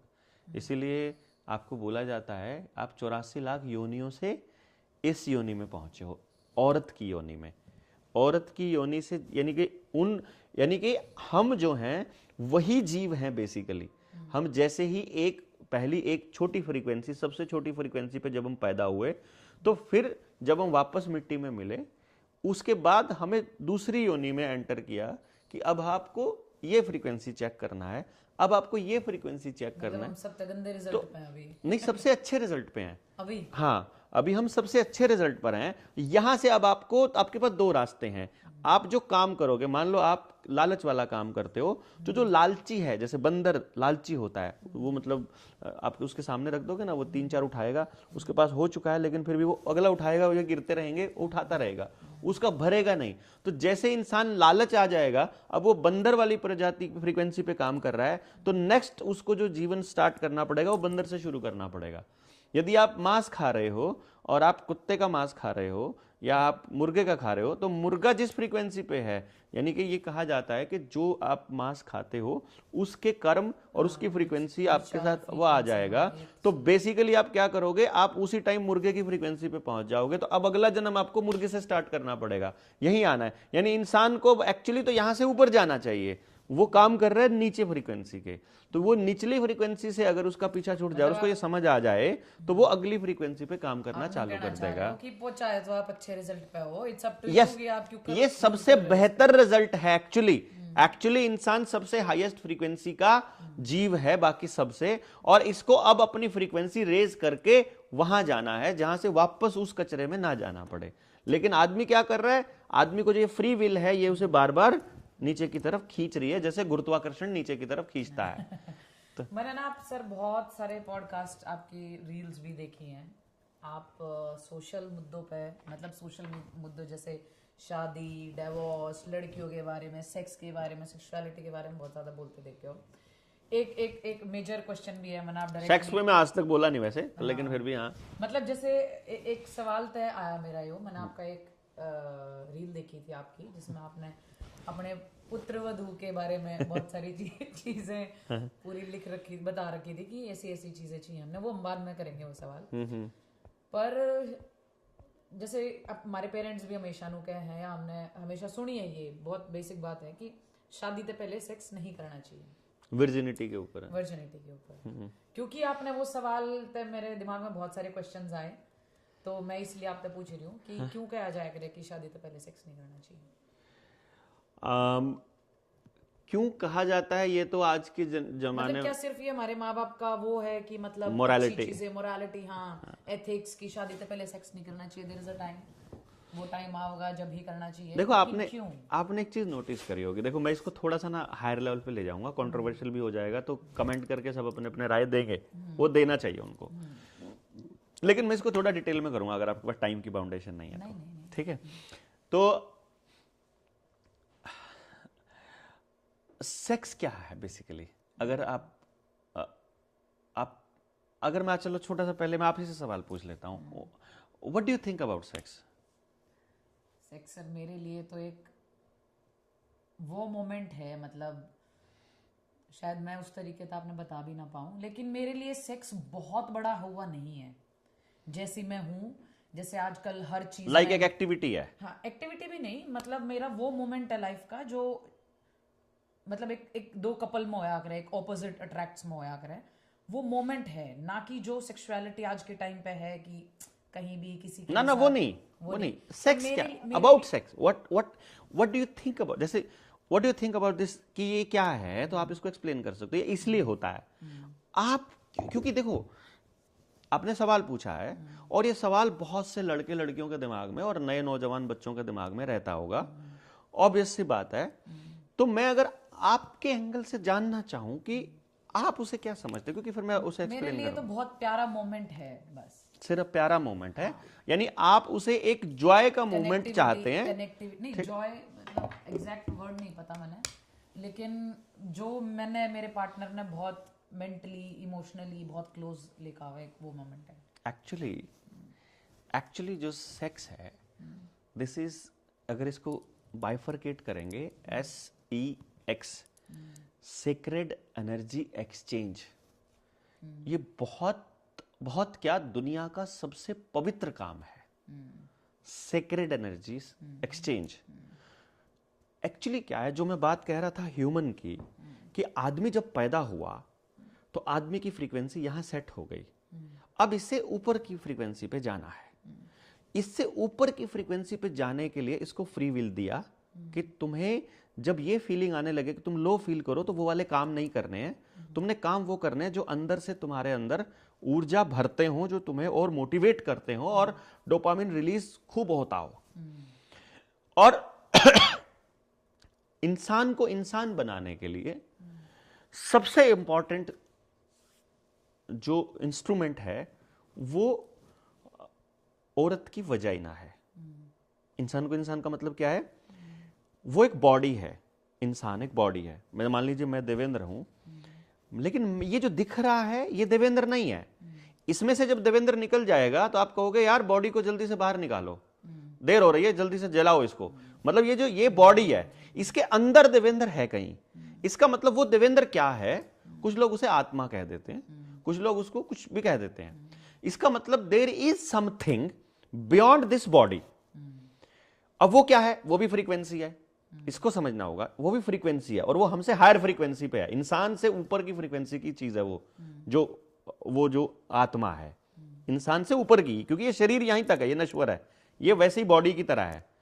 अगर सेक्स को सिर्फ बॉडी की पार्ट की चीज मानेंगे तो वो इस शरीर तक सीमित रह जाएगी, लेकिन अगर इसको इस आत्मा के साथ कंबाइन कर देंगे तो इसका मतलब कहीं इस हायर बॉडी के साथ इसका कोई कनेक्शन है। एक मतलब इसको थोड़ा सा और एक्सप्लेन करूंगा मैं कि इस हायर और लोअर को समझने के लिए आपको विबग्योर को समझना पड़ेगा। विबग्योर मालूम है, VIBGYOR। ये प्रकाश के 7 रंग हैं, वायलेट, इंडिगो, B से फॉर ब्लू और G for green, E for yellow, O for orange और R फॉर रेड। वायलेट की जो फ्रीक्वेंसी है वो सबसे हाई है और रेड की फ्रीक्वेंसी सबसे लो है। लाल रंग से कभी चिट्ठियां नहीं लिखते हम लोग, लो फ्रीक्वेंसी मानी जाती है, और वायलेट की हाईएस्ट मानी जाती है। ये प्रकाश का स्पेक्ट्रम है। फिर थोड़ी हायर फ्रीक्वेंसी आ जाएगी अगर इसी लाइट की, बढ़ते बढ़ते अगर ये फ्रीक्वेंसी 20 हर्ट्ज तक चली जाए बढ़ते हुए, तो 20 हर्ट्ज पे ह्यूमन ईयर को सुनना शुरू हो जाता है। लाइट भी वाइब्रेशन है, वेव है, और साउंड भी वेव है और वाइब्रेशन है। 20 हर्ट्ज से लेकर 20,000 हर्ट्ज तक की फ्रीक्वेंसी को ह्यूमन ईयर सुन सकता है। 20 हर्ट्ज से लो वाली फ्रीक्वेंसी को इंफ्रासाउंड बोलते हैं और 20,000 से ऊपर वाली को अल्ट्रासाउंड बोलते हैं। उससे ऊपर की फ्रीक्वेंसी ह्यूमन ईयर नहीं सुन सकता, लेकिन कुत्ते, डॉल्फिन, चमगादड़ ये सुन सकते हैं, जो सोनार विधि से आने जाने का रास्ता देखते हैं। उनकी आंखें नहीं होती हैं, कान नहीं होते हैं, तो जिनके आंखें और कानें नहीं होती हैं वो इस साउंड से ही अंदाजा लगाते हैं। इसका मतलब 20,000 से ऊपर की फ्रीक्वेंसी वाली चीजें भी होती है। विबग्योर के जो स्पेक्ट्रम है, वायलेट से रेड के बीच के स्पेक्ट्रम से बाकी के सारे रंग बनते हैं, और ये रंग जब कोई बॉडी रंगों को एमिट करती है, उसी से हमें वो चीज दिखाई देती है। कोई चीज काली हमें इसलिए दिखाई देती है क्योंकि वो सारे रंगों को एब्जॉर्ब कर लेती है। कोई चीज व्हाइट इसलिए नजर आती है क्योंकि वो सारे रंग एमिट कर देती है, और इसके बीच के बाकी के कलर हैं। अब इन दोनों कलर से इधर और इधर चले जाओगे यदि कलर वाले स्पेक्ट्रम से, तो हमें कुछ भी दिखाई नहीं देगा। इसका मतलब जो हमें दिखाई नहीं दे रहा है वो नहीं है, या जो सुनाई नहीं दे रहा है वो नहीं है, ये आप गलत बोल रहे हो, है ना। अल्ट्रासाउंड हमें सुनाई नहीं देता, कुत्ते को सुनाई दे रहा है, मान लो इंफ्रासाउंड डॉल्फिन को सुनाई दे रहा है, तो इसका मतलब वो है, लेकिन हमको हमारी कैपेसिटी से बाहर है। तो हमारी नजरों से हो सकता है यहां कोई ऐसी स्पिरिट या कोई ऐसी आत्मा या कोई ऐसी एंटिटी या कोई ऐसी वाइब्रेशन हो जो हमें अभी फिलहाल दिखाई नहीं दे रही है। तो इसका मतलब वो आत्मा का जो रियल्म है, उसका जो संसार है, वो हमारे इस 3D से अलग है, ऊपर है। वो 4D 5D में आप मान सकते हो। थ्री डायमेंशन में लेंथ ब्रेथ हाइट आता है, 4th और 5th आगे चले जाओगे। अब ये 5th डायमेंशन से अगर वो आत्मा को इस शरीर के अंदर एंटर करना है, तो वो एक ही रास्ता है, और वो योनि है। यानी जिस वक्त मां बच्चे को जन्म दे रही है या जब कंसीव कर रही है, तब वो योनि एक पोर्टल का काम करती है बेसिकली। उस संसार से उस शरीर में आत्मा को आने में वो जो पोर्टल खुलता है, यानी वो इतनी सेक्रेड जगह है योनि यानी वजाइना, कि वो आत्मा के एंटर करने की और यहां से बाहर जाने का रास्ता वहां से आता है। इसलिए औरत को सृजन की देवी बोला कि सृजन सबसे पहला काम है उसका काम वही है जो प्रकृति का है, यानी परमात्मा का है। औरत को देवी बोलने के पीछे उनका लॉजिक ये था बेसिकली कि वो वही काम कर रही है जो नेचर कर रही है, पैदा करना। और पैदा करके वो जीव कैसे बन रहा है अंदर, ना आदमी को पता ना औरत को। वो शरीर कैसे बनता है वो अल्ट्रासाउंड में दिख जाता है, लेकिन उसमें वो आत्मा कब एंटर किया ये किसी को नहीं दिखा। ये कब नहीं, वो ब्लास्ट कब हुआ, जब जो प्रकृति के बनने का ब्लास्ट, जो शुरुआत में जिसको बिग बैंग बोलते हैं, अगर आप शुरुआत में निषेचन प्रक्रिया को देखोगे, स्पर्म और अंडे का जो मिलन होता है वो बिल्कुल बिग बैंग के जैसा होता है, एग्जैक्टली बिग बैंग। यानी वो उस औरत के पेट में हो रहा है और वो उस योनि के माध्यम से हो रहा है। इसीलिए वो सेक्रेड प्लेस है, वो एक पवित्र स्थान है जिसमें उस औरत की ड्यूटी लगी है कि उसको उस रियल्म का जानकारी उस मर्द को देनी है। मतलब कैसे, जब आप सेक्स करते हो और बिल्कुल जो फाइनल मोमेंट इजैक्यूएशन का होता है, उस मोमेंट पे 1 या 2 सेकंड के लिए आपने कभी नोटिस किया हो, बिल्कुल आप पूरी दुनिया को भूल जाते हो, फिर चाहे कुछ भी हो रहा हो। यानी वो जो मोमेंट है, उस टाइम पर आप इस 3D में नहीं होते हो, आप एक्चुअली उस रियल्म में होते हो। यानी आपका जो असली मकसद है, औरत उस आदमी को यह बताती है कि तेरा असली मकसद यहां पहुंचना है, ये योनि छोड़कर तुझे यहां जाना है। तो यानी कि वो इंपॉर्टेंट पार्ट है उसका। और वो औरत उस आदमी को उस अध्यात्म की या उस हाई फ्रीक्वेंसी का एक्सपीरियंस केवल तब दे सकती है जब वो उससे प्यार करती हो, जब उनका कनेक्शन हो। यदि वो सिर्फ एक फिजिकल एक्टिविटी होगी तो ना ही तो औरत को लगेगा कि मैंने कुछ किया है और ना ही आदमी को लगेगा कि मैंने कुछ किया है। फिर उन्होंने सिर्फ एक प्रक्रिया की और बस वो निकल गए। क्यों भाग रहा है आदमी औरत के पीछे? क्यों भाग रहा है कुत्ता कुतिया के पीछे? क्यों लड़कियों के पीछे लड़के भाग रहे हैं? क्योंकि कहीं इंस्टिंक्ट में अंदर उसको पता है कि वो योनि मुझे उस रास्ते पे लेकर जाएगी, वहां उस टॉप पोजीशन पर लेके जाए। लेकिन वो सबकी योनि नहीं लेके जाएगी, वो कोई एक योनि है, वो कोई एक व्यक्ति, वो कोई एक औरत है जो उसको उस प्लेस पर वो उसके होने का अर्थ देगी। यानी उसके स्पर्म को कंसीव करेगी और एक नई आत्मा को उसके जरिए लेकर आएगी, और फिर वो जब ये शरीर छोड़ के जाएगा उस रियल में, तो वो एक आत्मा इसके नाम की यहां होगी। तो इसलिए वो सेक्रेड बोला गया है, इसलिए सबसे सेक्रेड काम था ये। और इसको महिमा मंडित किया है पुराने लोगों ने अजंता अलोरा की गुफाओं में, बिल्कुल ओपन में हमारे ऋषियों ने सबको बताया है कि ये कोई गलत काम नहीं है, ये एक ऐसा काम है जो बेसिकली सिर्फ आदमी को औरत से नहीं जोड़ता है, ये एक्चुअली आत्मा को आत्मा से जोड़ता है। वहां गलती कर रहे हैं हम, इसको शरीर का काम मान करके सबसे बड़ी गलती कर रहे हैं। तो शादी से पहले यदि आप किसी ऐसे व्यक्ति से संबंध स्थापित कर रहे हो जहां आपका आत्मा का संबंध है और आप उसको सेक्रेड मानते हो, तो कोई गलत नहीं है। और जब वो आत्मा का संबंध होगा तो आपकी शादी फिर आप जिंदगी में कभी किसी से कर ही नहीं पाओगे, फिर आप वो संबंध किसी से बना ही नहीं पाओगे यदि आपने वो पवित्र संबंध बना लिया तो।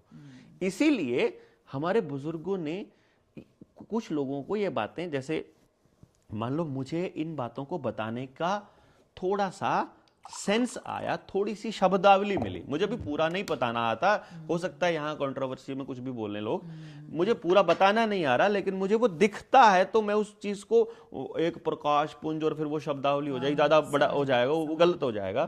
तो प्रैक्टिकली जो हमें समझ में आ सके हमारे नौजवान बच्चों को, इस भाषा में बोलने की मैं कोशिश कर रहा हूँ। जितना आपने बोला वो समझ आ रहा है, मतलब वो फील होती है, मुझे नहीं पता सबको होती है कि हाँ, तो पर होती है।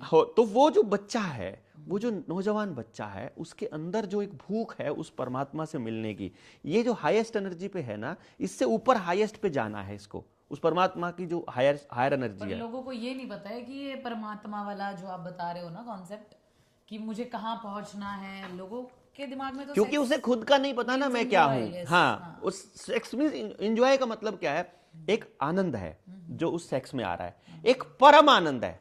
यानी जैसे आप मुझसे पूछेंगे, मेरे साथी हैं कुछ 150-200 लोग हैं मेरी टीम में, हमारे पूरे इंडिया में, जो कनेक्टेड है। कनेक्टेड मतलब जो डायरेक्ट उस फ्रीक्वेंसी को कनेक्ट हो सकते हैं कभी भी, किसी टाइम भी। एक नहीं हो, इसलिए मैं अब खुल के बोलने लगा क्योंकि मेरी टीम में इतने सारे लोग हैं, मेरे साथी हैं, तो वो अपना एक्सपीरियंस बता सकते हैं आपको। अब मैं ये नहीं कहूंगा कि मैं कोई नाटक नौटंकी कर रहा हूं, क्योंकि मुझे फील हुआ 2018 में, और मैं तब निकला ये काम करने, क्योंकि मुझे आदेश होता है कि मुझे घंटी बजती है मेरे सिर में कि तुमको ये बोलना है, तुमको ये बोलना है। मुझे होता हुआ दिखाई दे रहा होता है, मैं बोल देता हूँ, कोई रिसर्च कुछ नहीं, रिजल्ट बाद में आते हैं, रिसर्च बाद में आती है। इसीलिए मेरे को लोगों ने शुरू में मेंटल बोला कि ये पागल है, इसका कुछ यकीन नहीं करना।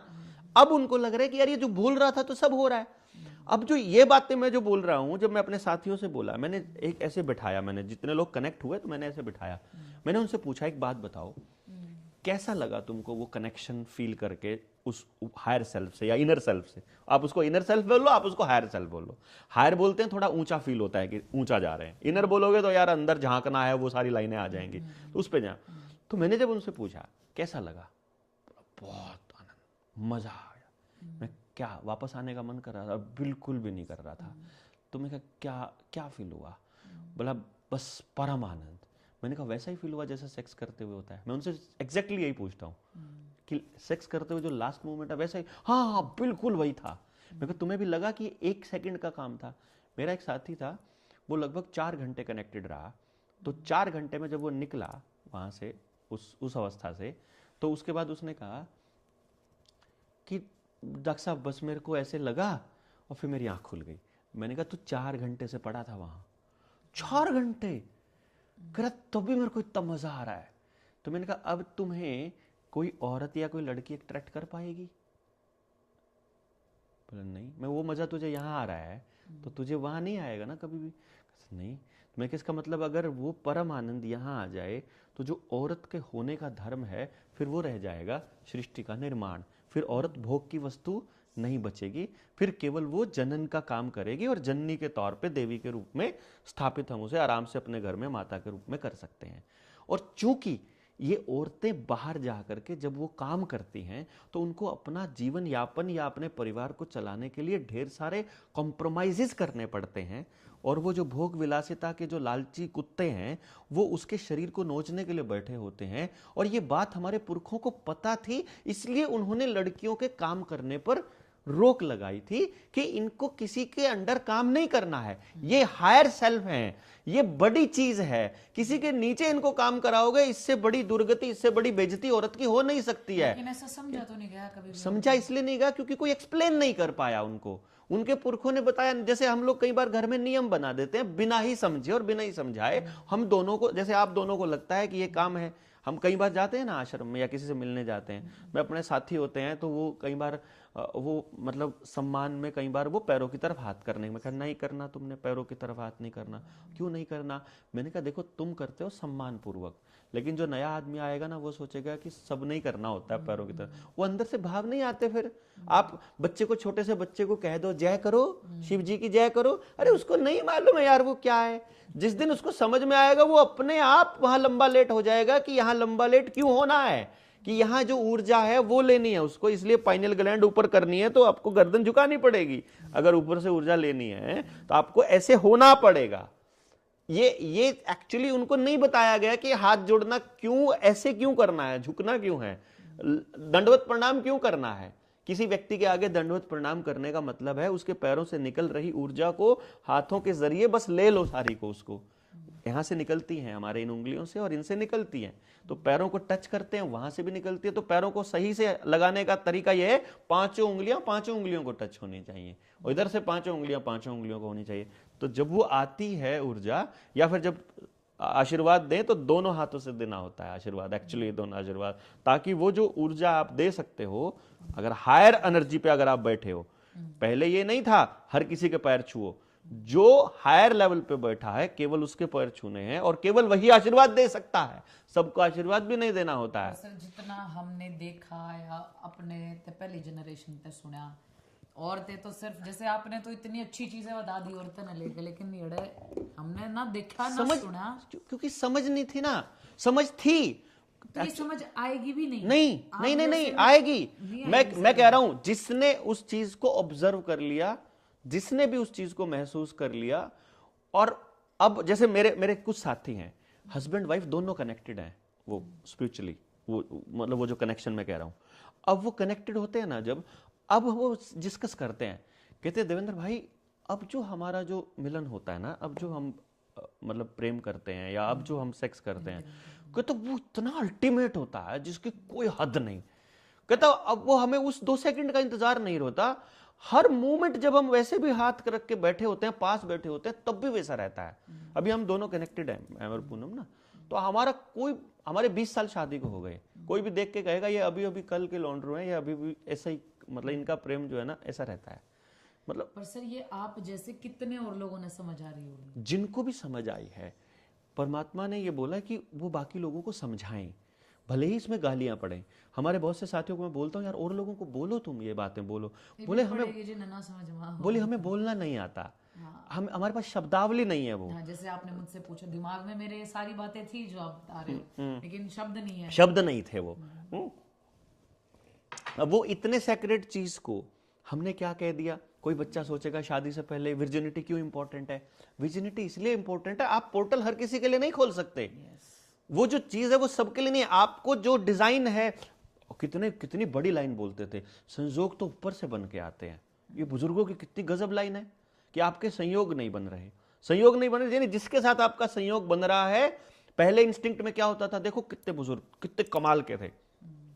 हमारे लोग क्या करते थे, शादी में गए हैं, उन्होंने देखा लड़की, उन्होंने देखा लड़का, कोई लालच नहीं है, दोनों को देखते ही भीतर से आवाज आई, इनकी दोनों की शादी कर दो। मतलब किसी की शादी 10 साल की उम्र में हो गई, किसी की शादी 5 साल की उम्र में होगी, किसी की शादी 3 साल की उम्र में कर दी। वो बोले दूसरे बाद में देखेंगे, लेकिन ये संयोग बना हुआ है इनका। वो क्योंकि फ्री लोग थे, वो प्रकृति के साथ जुड़े लोग थे, वो अंदर से एनलाइटेंड लोग थे हमारे बुजुर्ग। और एनलाइटेंड लोगों को दिखता है दोनों आत्माओं का कि इनका संयोग दिख रहा है, वो कर देते थे। और वो शादियां टूटती नहीं कभी तक भी, आखिरी तक भी। जो बात आप कर रहे हो ना, अगर वो इधर है ना, जो भी चल रहा है वो बिल्कुल इधर है, इसीलिए तो लगे पड़े, डाइवोर्स होते हैं, एक्स्ट्रामैरिटल अफेयर्स, यस, क्योंकि अब तो यही सुनने को, क्योंकि अब आप पैसे से शादी करते हो, अब आप जमीन से शादी करते हो, अब आप नौकरी से शादी करते हो, अब आप घर से करते हो, बच्चे से नहीं करते हो, अब आप बच्चों की शादियां नहीं करते हो, अब आप आत्माओं को नहीं मिलाते हो, अब आप संयोग नहीं ढूंढते हो, अब आप स्टेबिलिटी ढूंढते हो। जब संयोग होता है तो स्टेबिलिटी अपने आप आती है। वो दुखी, देखो वो मैं एग्जाम्पल दिया था मैंने यहाँ, मैं देता भी हूं पहले। अभी नीता अंबानी मुकेश से नाराज है बेचारी कि उसको उसका फेवरेट जहाज गिफ्ट नहीं किया, दूसरा मॉडल गिफ्ट किया है। मतलब जो आदमी के पास दुनिया की अकुत संपत्ति, उसकी पत्नी भी उससे खुश नहीं है। इसका मतलब देयर इज समथिंग जो पति पत्नी के बीच चाहिए, and that is not money, that is not physical.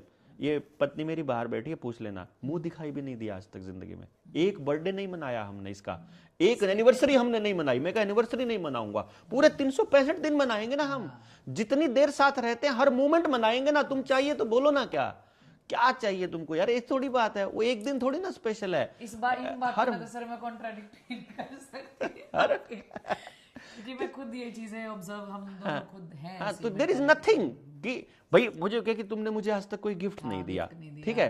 तो मैं हमेशा इसको एक बात बोलता हूं, मैं जब दुकान में जाता हूं ना, मुझे कोई ऐसी चीज नहीं मिली जिसको देख करके मुझे ये लगे कि ये तेरे लिए बनी है। हम तो सर ये चीजें बोलते ही नहीं है, जबकि हम ये लगा लो अभी शादी हुई नहीं, मैं कह रहा हूं अगर मान लो कभी दिमाग में आ भी जाए, किसी ने किसी को गिफ्ट करते हुए देख लिया, तो वो बात आ जाती है, तो ऐसा लगता है ना। तो इसलिए बस मैंने खाली बोला ये, उसने नहीं कभी शिकायत करी होती तो मुझे कहीं ना कहीं देना ही पड़ता, इसलिए नहीं कर, हाँ तो इसलिए क्या है, वो जो मोमेंट है, और ये बहुत आसान होता है।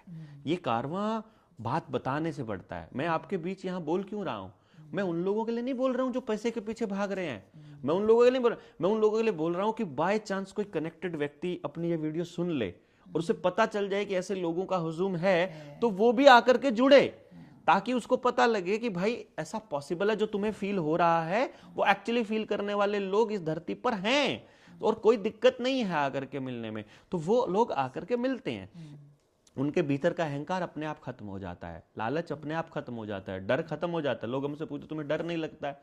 अरे जिस चीज से डर लगता है ना, तुम लोगों को जिस चीज से डर लगे, वो तो काम कई बार करके आ चुके, मरना जीना तो हम कई बार कर चुके, कोई दिक्कत नहीं है।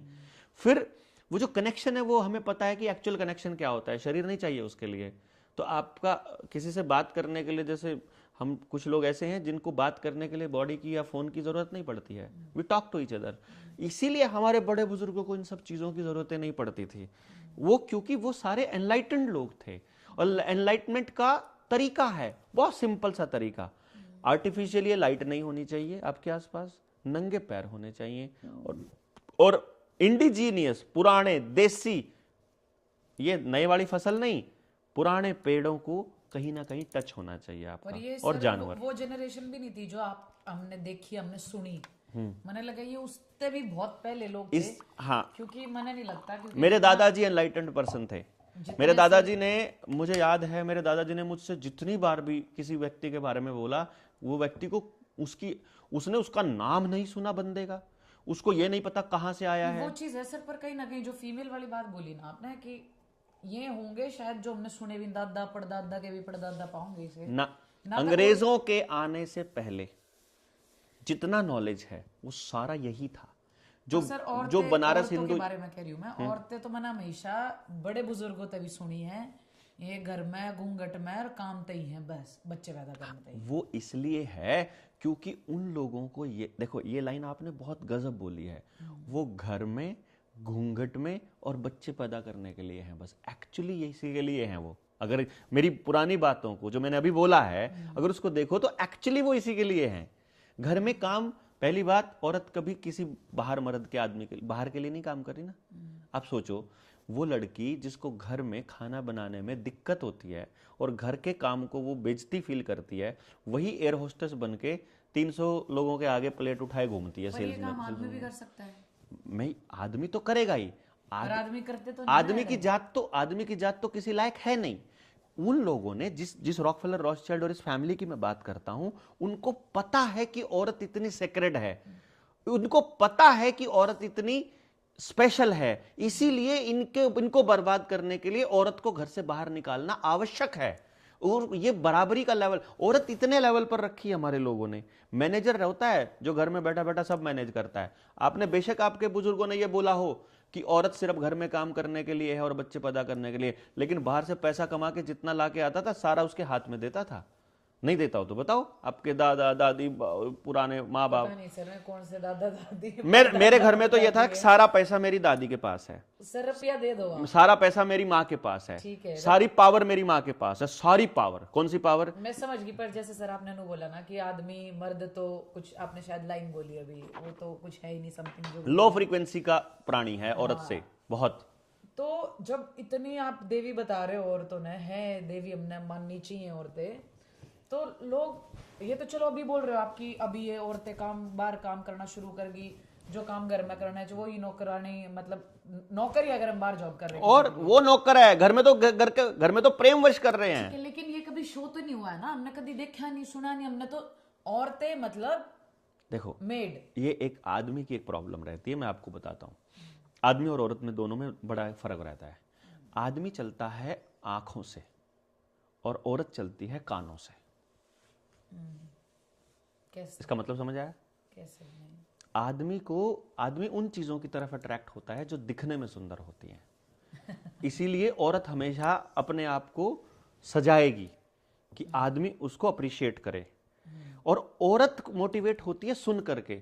आदमी उसको कितना ही प्यार जता ले, जब तक जबान से ना बोल दे कि तुम बहुत प्यारी लग रही हो, खाना चाहे ऐसे चाट चाट के खा जाए, उसको शांति नहीं पड़ेगी जब तक ये नहीं बोलेगा वो कि खाना आज बहुत अच्छा बनाया है। यानी अगर वो एक ये लाइन बोल दे कि खाना बहुत अच्छा बनाया है, तो इतने में वो औरत का पूरा दिन पूरा पार हो जाएगा। वो कान से चलती है, यानी उसको जो सुनता है। कहीं बीच में ये कम्युनिकेशन गैप रह गया कि औरत ने आदमी के इस पार्ट को देखना बंद कर दिया, और आदमी ने औरत के इस पार्ट को देखना बंद कर दिया कि उसे सिर्फ सुनना है दो प्यार के बोल, उसको केवल वो सुनना है जो तुम फील करते हो, बस खाली इतना सा बात है। अगर आप बताइए, अगर इन पति पत्नियों में दोनों में ये बात हो तो क्या टेंशन है? खत्म हो जाए वहीं सबका सब वहीं खत्म हो जाए कि जो वो रियल में फील करता है अपनी पत्नी के लिए, अगर वो सच में प्यार करता है तो बोल दे बस खाली। लेकिन सर वही बात है, मैंने लगता नहीं लोगों की ये चीजें कभी समझ में आवेंगी। देखो मैं उन लोगों का जिनको समझ में आएगी मैं तो उन्हीं के लिए बोल रहा हूँ। क्योंकि आज भी देख लो, पेरेंट्स हो गए या हमारे और बड़ी जनरेशन की अगर मैं बात करूं, आज भी लड़कों के आदमियों के 2-3 अफेयर्स हैं या फिजिकलिटी है, चलेगा सब, है ना? वो चलेगा है ना? बहुत नॉर्मल बात है। हाँ, चलेगा। जैसे हमने खुद बुजुर्ग मतलब फिल्मा में चलो देखे हो ना देखे हो, लेकिन चलेगा, कहीं तो सुना है कि कोई ना तो आदमी है चल जाएगा, मतलब मर्द जात है जो भी है। लेकिन औरतें उन्हें फिर बिल्कुल क्लीन नीट, कहीं बाहर ना गई हो, ना कोई फ्रेंड हो, कुछ भी ऐसा चाहिए। हाँ। तो यही डिफरेंस है ना फिर वो। हाँ, क्योंकि ये डिफरेंस इसीलिए है, देखो ये डिफरेंस इसलिए क्यों है ये मैं बता रहा हूं कि अगर एक व्यक्ति को एक औरत मुक्ति नहीं दिला पा रही है, उस सेक्रेट प्लेस को नहीं दिला पा रही है, वो फील नहीं दे पा रही है, बाय चांस वो मतलब अगर आपका संबंध आत्मा का है तो आदमी कहीं बाहर नहीं जाएगा। यदि आपका संबंध आत्मा का नहीं है तब वो आदमी की खोज रहेगी, और औरत की खोज नहीं होती है कभी भी। सर या मुक्ति तो औरत नहीं ना, औरत ऑलरेडी मुक्त है ऑलरेडी। जब औरत को आप कभी फील करना, जब औरत बच्चा जन्म देती है, और इसीलिए इन अस्पतालों ने पेट काट कर बच्चे पैदा करना चालू किया है, क्योंकि ये ताकि औरत वो चीज फील ना कर पाए। जब औरत अपनी योनि से बच्चे को जन्म देती है, नेचुरल बर्थ, नेचुरल जो जन्म है, प्रसव, उस वक्त वो इतना पेन और इतना वो प्लेस होता है कि जब बच्चा पैदा हो जाता है तो ये बोला जाता है कि उसका दूसरा जन्म हुआ। तब वो प्लेस देख के आती है, वो जो अल्टीमेट हैप्पीनेस वाला जो प्लेस है, जो सबसे हाईएस्ट फ्रीक्वेंसी वाला प्लेस है, जो दूसरा जो परमात्मा वाला प्लेस है, वो देख के आती है उस टाइम पर। इसीलिए वो उस बच्चे से इतना प्यार करती है कि वो उसके लिए मर सकती है। वो इसीलिए जब उसे अपनी छाती से दूध पिलाती है, वो हर मूवमेंट उस बच्चे के लिए जब भी करती है, वो वही चीज फील करती है। माँ का जो प्रेम है, इसीलिए परमात्मा के प्रेम के बराबर माना गया है, क्योंकि वो उसको परमात्मा मानकर ही बच्चे की परवरिश कर रही होती है, क्योंकि उसको देख चुकी होती है। सर ये इतने कैजुअल डिफरेंस सिर्फ लड़कों के लिए क्यों है? वो इसलिए है क्योंकि औरत बिना आदमी के अपने आप उस प्लेस तक पहुंच सकती है, लेकिन आदमी बिना औरत के वहां नहीं जा सकता। पर औधा तो आज भी ये चीज आप समझ रहे हो इसलिए बोल रहे हो, लेकिन औधा तो आज भी आदमियों का बड़ा है। नहीं है, सिर्फ कंट्रोल करने की कोशिश कर रहा है आदमी। और जहां औरत कनेक्टेड नहीं है वहां औरत भी कंट्रोल करने की पूरी कोशिश कर रही है बराबर में। और वो कंट्रोल करने की कोशिश इसलिए कर रहा है क्योंकि उसे लग रहा है कि इस कंट्रोल करने से मुझे वो प्राप्ति हो जाए। असल तो टारगेट वही है हर किसी का। आप देखो, आप कितना ही पैसा, कितनी गाड़ियां, कुछ भी सिर्फ 2-4 चीजों के लिए कमाते हो, रिस्पेक्ट, अनकंडीशनल एक्सेप्टेंस और हैप्पीनेस, और सामाजिक होने के लिए, यानी मैं वहां बैठने लायक हो जाऊं। सिर्फ इसी चीज के लिए सारा कर रहे हो। हर कोई इसी चीज के लिए कर रहा है। आदमी अपने आप को भूलकर दूसरे के हिसाब से चलने की दिशा में काम करने लग गया। ये उसकी सबसे बड़ी गलती हो गई और इसीलिए उसको कंट्रोल करने वाला ड्रामा करना पड़ रहा है। ये सारा नोट, जैसे हम शादी वाली चीजों पे बात कर ही रहे हैं, तो और जितनी भी बात आपने की मैं उन तक कनेक्ट भी कर पा रही हूँ, मैं तो कर पा रही हूँ एटलीस्ट। चलो एक मिल जाम ना बोलो है कि भाई का मैं मन में गड़ंत नहीं बात बोल रहा। हाँ, नहीं, लेकिन आप ये बताओ कि लड़की के लिए, मैं लड़की हूँ इसलिए लड़की के पॉइंट ऑफ व्यू से बात कर रही हूँ, शादी और बच्चा करना इम्पोर्टेंट है, मतलब बहुत ज़्यादा ज़रूरी है? जैसे कई लोग हैं नहीं करना चाहते अपनी लाइफ ने उसी तरीके, बेशक वो स्पिरिचुअल हो लेकिन उन्हें जीनी लाइफ वैसे ही है कि फालतू दिमाग पे लोग, मतलब उन्हें या तो पॉजिटिव लोग नहीं मिल पाते, उनके माइंडसेट के लोग नहीं मिल पाते। तो इतना ज़रूरी है कि शादी और बच्चा होना ज़रूरी है लड़की की लाइफ में? देखो, शादी किसी बड़े बुजुर्ग ने कभी किसी टाइम पर क्यों कहा होगा कि हमें शादी करनी चाहिए? इसके 3-4, 2-4, 5 कुछ कारण रहे होंगे। मुझे जो नजर आए, मुझे जो दिखाई दिए, मुझे जो समझ आए, मैं उन पे बात करता हूं। अगर हम ये मान लें कि जब तक शादी का इंस्टीट्यूशन शुरू नहीं हुआ है तो उस वक्त तक आदमी और औरत दोनों साथ रह रहे हैं। और आदमी, मैं एक चीज बताता हूं, जो समझे हुए लोग होते हैं, जो जागे हुए लोग हैं और जो अवेकन लोग हैं, वो हर चीज में पैटर्न ढूंढते हैं। पैटर्न का मतलब क्या रहता है कि हमारा जो शरीर है वो पूरा का पूरा पैटर्न पे बनता है। मतलब हमारे जो उंगलियों के ऊपर ये निशान है, ये इसमें पैटर्न बनता है। हमारे आंख के अंदर एक पैटर्न बनता है। कान का एक पैटर्न है, हमारे सबके कान अलग अलग टाइप के होते हैं। नाक सबका बिल्कुल अलग होता है। आंखें, और ये पूरे फेस का जो पैटर्न है, जो फेस का पैटर्न है वही बॉडी का पैटर्न है। वहां से वो पैटर्न अंदाजा लगाता है। हाँ, स्किन पे भी, स्किन का भी, स्मेल का भी, हर चीज का पैटर्न अलग होता है।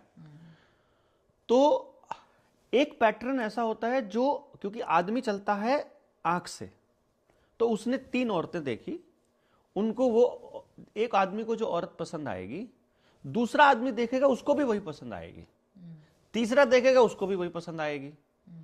अब एक औरत और पसंद करने वाले हो गए 10 मर्द। अब या तो वो समाज के अंदर जूत बजवाएगी या वो उस औरत का सत्यानाश कर देंगे।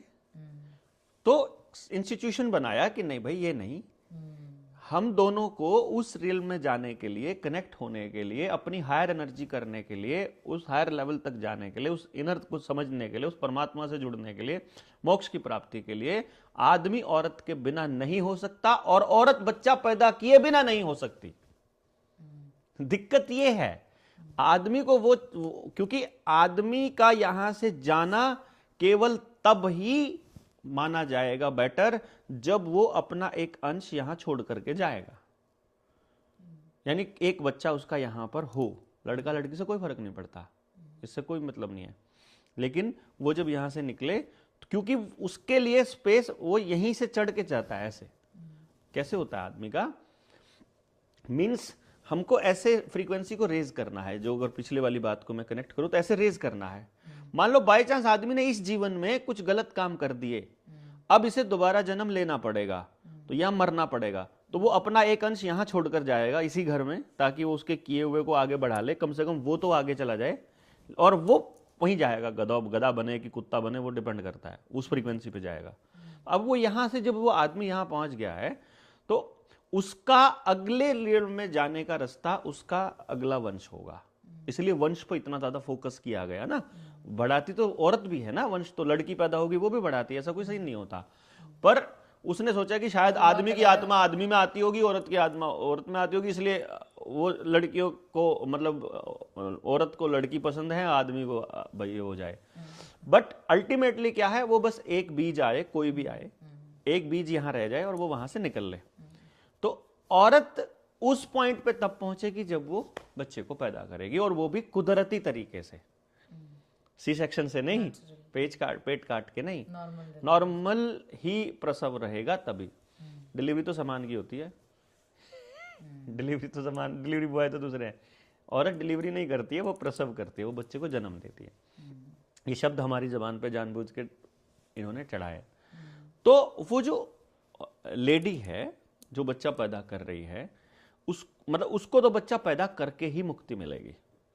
अब वो शादी करके बच्चा पैदा कर ले या बिना शादी किए बच्चा पैदा कर ले, उसको बच्चा पैदा करने के बाद ही मुक्ति मिलनी है, नहीं तो उसे फिर से यही जन्म लेना पड़ेगा, फिर से उसको उस एक्टिविटी में आना ही पड़ेगा। मान लो उसने कोई बुरा काम नहीं किया और बच्चा भी पैदा नहीं किया, तो उसे दोबारा जन्म लेके यहीं आकर के फिर बच्चा पैदा करके फिर, यानी अगले स्टेप पर जाने के लिए उसका बच्चा पैदा करना अनिवार्य है। अब मैं नहीं कहता आपको नहीं करना, मत करिए, आप फिर पैदा होके फिर करना, तब आपको याद नहीं रहेगा कि मैं ही वो हूं। इट इज नॉट कि आपको वो स्टेप के बाद, जैसे कि इस सीढ़ी के बाद ही अगली सीढ़ी पर जा पाओगे, और ऐसी सीढ़ी नहीं है कि जंप मार के आगे चले जाओगे। पर यो अगर कति ठप लोगो तो समझाना हो उन्हें, तो यू जन्म, आप इस अगले जन्म की बात कर रहे हो, आज का नहीं बेरा क्या होगा, कल का नहीं बेरा क्या होगा। मैं ठप लोगों की बात, मैं ठप लोगों के लिए ये पॉडकास्ट में मैंने ठप लोगों के लिए कोई बात अभी तक कही ही नहीं है। उन ठप लोगों के लिए, देखिए ठप लोगों के लिए मैं गांव में जाके ठप बातें भी करके आता हूँ, उनके लेवल पे समझा के आता हूँ। यहाँ पर जिस लेवल का आदमी मुझे चाहिए, मैं उसी के लिए बात कर रहा हूँ। जिसको बात समझ में आ रही होगी वो आके कनेक्ट हो जाएगा। और ये ऊर्जा हमको चाहिए ऐसे लोगों की, ताकि उन लोग, देखिए समझ का लेवल क्या रहता है, समझने का प्रोसेस क्या है। जैसे मुझे जब शुरू में मैं इस तरह की बातें बोलता था, तो मेरे साथी मुझे कई बार ये बोल देते थे कि देवेंद्र भाई आपकी कई बार बातें समझ नहीं आती हैं। तो मैंने कहा समय आने पर समझ आ जाएंगे। और धीरे धीरे वो मुझसे जुड़े रहे। अब वो जैसे किसी न किसी ट्रेनिंग में वो कनेक्ट होते रहते हैं। कनेक्ट होने के बाद फिर मैं एक दिन तो उसको छेड़ता नहीं हूँ, क्योंकि एक दिन तो वो नशे में रहता है उस मजे के, उस आनंद के, कि आहा ये जिंदगी यहाँ जाना था यार, पूरी जिंदगी पता नहीं कचरा कहाँ घूम रहा था। अब वो वहाँ पहुँच गया। पहुँचने के बाद जब हम फिर अगले दिन या 2 दिन बाद, या जब हम मंत्रणा करते रहते हैं, हमारा हर हफ्ते 10 दिन में एक टूर शिमला का रहता है हमेशा। वहाँ पहाड़ पे बैठ के चर्चा करते हैं, पहाड़ की चोटी पे कहीं पर भी बैठकर खुले में बैठ के चर्चा करते हैं। वो चर्चा मैं कह रहा था, वो वीडियो देखना कि उसको समझना। तो मैंने वैसे उनमें से कई सारी चीज़ें मैंने डिस्कस भी करी है। तो मैं जब उनसे पूछता हूँ, मैं ऐसे नाम लेके पूछता हूँ, मैं कहा हाँ अब आ रहा समझ? बोला आ गया। कितना आ रहा है? कहते सब आ गया। आगे बताने की जरूरत है कैसे होगा? कुछ जरूरत नहीं है, दिख रहा है, सब दिख रहा है। अब कोई डाउट? कोई डाउट नहीं। अब उसको खुद दिख गया एग्जैक्टली कि मैं उसको क्या कहा करता था, कि मुझे दिख रहा है, कि मैं देख पा रहा हूं, या ऐसा करके कोई बात। अब इसको आप कोई नौटंकी में नहीं लेकर के जा सकते। तो वो जो व्यक्ति है जिसको सब समझ आ गया है, वो पहले बोलते, पहले नहीं समझ आता था, बातें अच्छी लगती थी, बात ठीक भी लगती थी, लेकिन समझ नहीं आती थी कि एक्चुअली क्या ऐसा पॉसिबल है। और फिर होता, फिर अब मैं जब उनको बोलता हूं, मैं कहा अब एक काम करो, अब ये बंदा तैयार है, जैसे हम ग्रुप में देखते हैं ना, क्योंकि क्या होता है, ऊपर जाने के लिए एक स्पष्ट इंडिकेशन क्या है कि हायर फ्रीक्वेंसी करने के लिए आपको पहले अपने आप को मरा हुआ मानना पड़ेगा, और आपको ये कहना पड़ेगा कि मुझे अपने लिए कुछ नहीं चाहिए। तो अब आप जो करोगे वो किसी भी दूसरे पर्सन के लिए करना पड़ेगा आपको, या तो अपनी पत्नी के लिए करो, या अपने बच्चे के लिए करो, या किसी के लिए भी करो, उसके लिए करना पड़ेगा। और उनके लिए करते हुए किसी थर्ड पर्सन का नुकसान नहीं होना चाहिए, ये नियम है। तो जैसे ही आप किसी का भी नुकसान करने की भावना को मन में त्याग दोगे, आपका एक लेवल राइज हो जाएगा। फिर जैसे ही आप अंदर से लालच से, कि मुझे पैसा मिल रहा था लेकिन अंदर से आवाज आ रही थी ये नहीं करना है, आप उस लालच को त्याग करके सही की तरफ चलने लगोगे, एक लेवल ऊपर राइज हो जाएगा। एक है कि आप किसी को झूठ बोलो, एक है कि सच बोलो। तो जैसे ही आप झूठ बोलोगे लेवल नीचे आ जाएगा, सच बोलोगे लेवल ऊपर चला जाएगा। जैसे ही आप अच्छा करोगे लेवल अप जाएगा, बुरा करोगे डाउन जाएगा। तो अब जब अपनी टीम में से साथी को देखते हैं कि इस लेवल, इस सोच का आदमी हो चुका है, अब ये तैयार है, तो मैं अपने साथियों को बोलता हूं बस चारों तरफ इसके गोल दायरे में खड़े हो जाओ, और जैसे ही वो ऊर्जा अपने आप वो सर्कल बनता है और वो अप लेवल हो जाता है। अप लेवल होने के लिए या तो ऊर्जा सर्कल में होगी या ऊर्जा ट्रायंगल में होगी ऐसे करके, या ऊर्जा गुबंद के रूप में होगी ऐसे। तो आपने देखा होगा मंदिर, मस्जिद, गुरुद्वारा, जितने भी हायर ऊर्जा के प्लेस हैं वो हमेशा इस शेप में रहते हैं हमेशा, या गोल बनाएंगे। और घर हमारे जो बनते थे, पुरानी झोपड़ियां जो बनाते थे, वो ऐसी बनाते थे हमारे पुरखे, बहुत समझदार और एनलाइटेंड लोग थे। ये जो चौरस चीजें हैं, ये जैसे इस कमरे में आपको वो फीलिंग नहीं आएगी, क्योंकि ये जो कमरा है, ये कमरा है क्यूबिकल। क्यूबिकल चीजें ऊर्जा को ट्रैप करके रखती है। तो आपको हमेशा अच्छा फील कहां होगा? बरामदे में अच्छा फील होगा, छत पे अच्छा फील होगा, लेकिन अंदर नहीं होगा। यानी वो फीलिंग अंदर नहीं आएगी, क्योंकि वो जो कॉस्मिक एनर्जी है वो जब बॉडी में से जब तक आर पार नहीं जाएगी तब तक आपको अच्छा फील नहीं होगा। और वो आर पार जाने के लिए ये सारा कुछ खुला होना जरूरी है। तो ये रीढ़ की हड्डी और जितने चक्रहास हैं, जितनी आपकी कुंडलिनी है, इन सब पे आर पार जाने की जगह होगी तो वो खुलेगा। अब ये आर पार की जगह के लिए ये मैंने रास्ता बताया है आप लिफ्ट करने का। और जैसे ही आसपास कोई एनर्जी वाला आदमी आएगा, आपको अपने आप अच्छा फील होगा।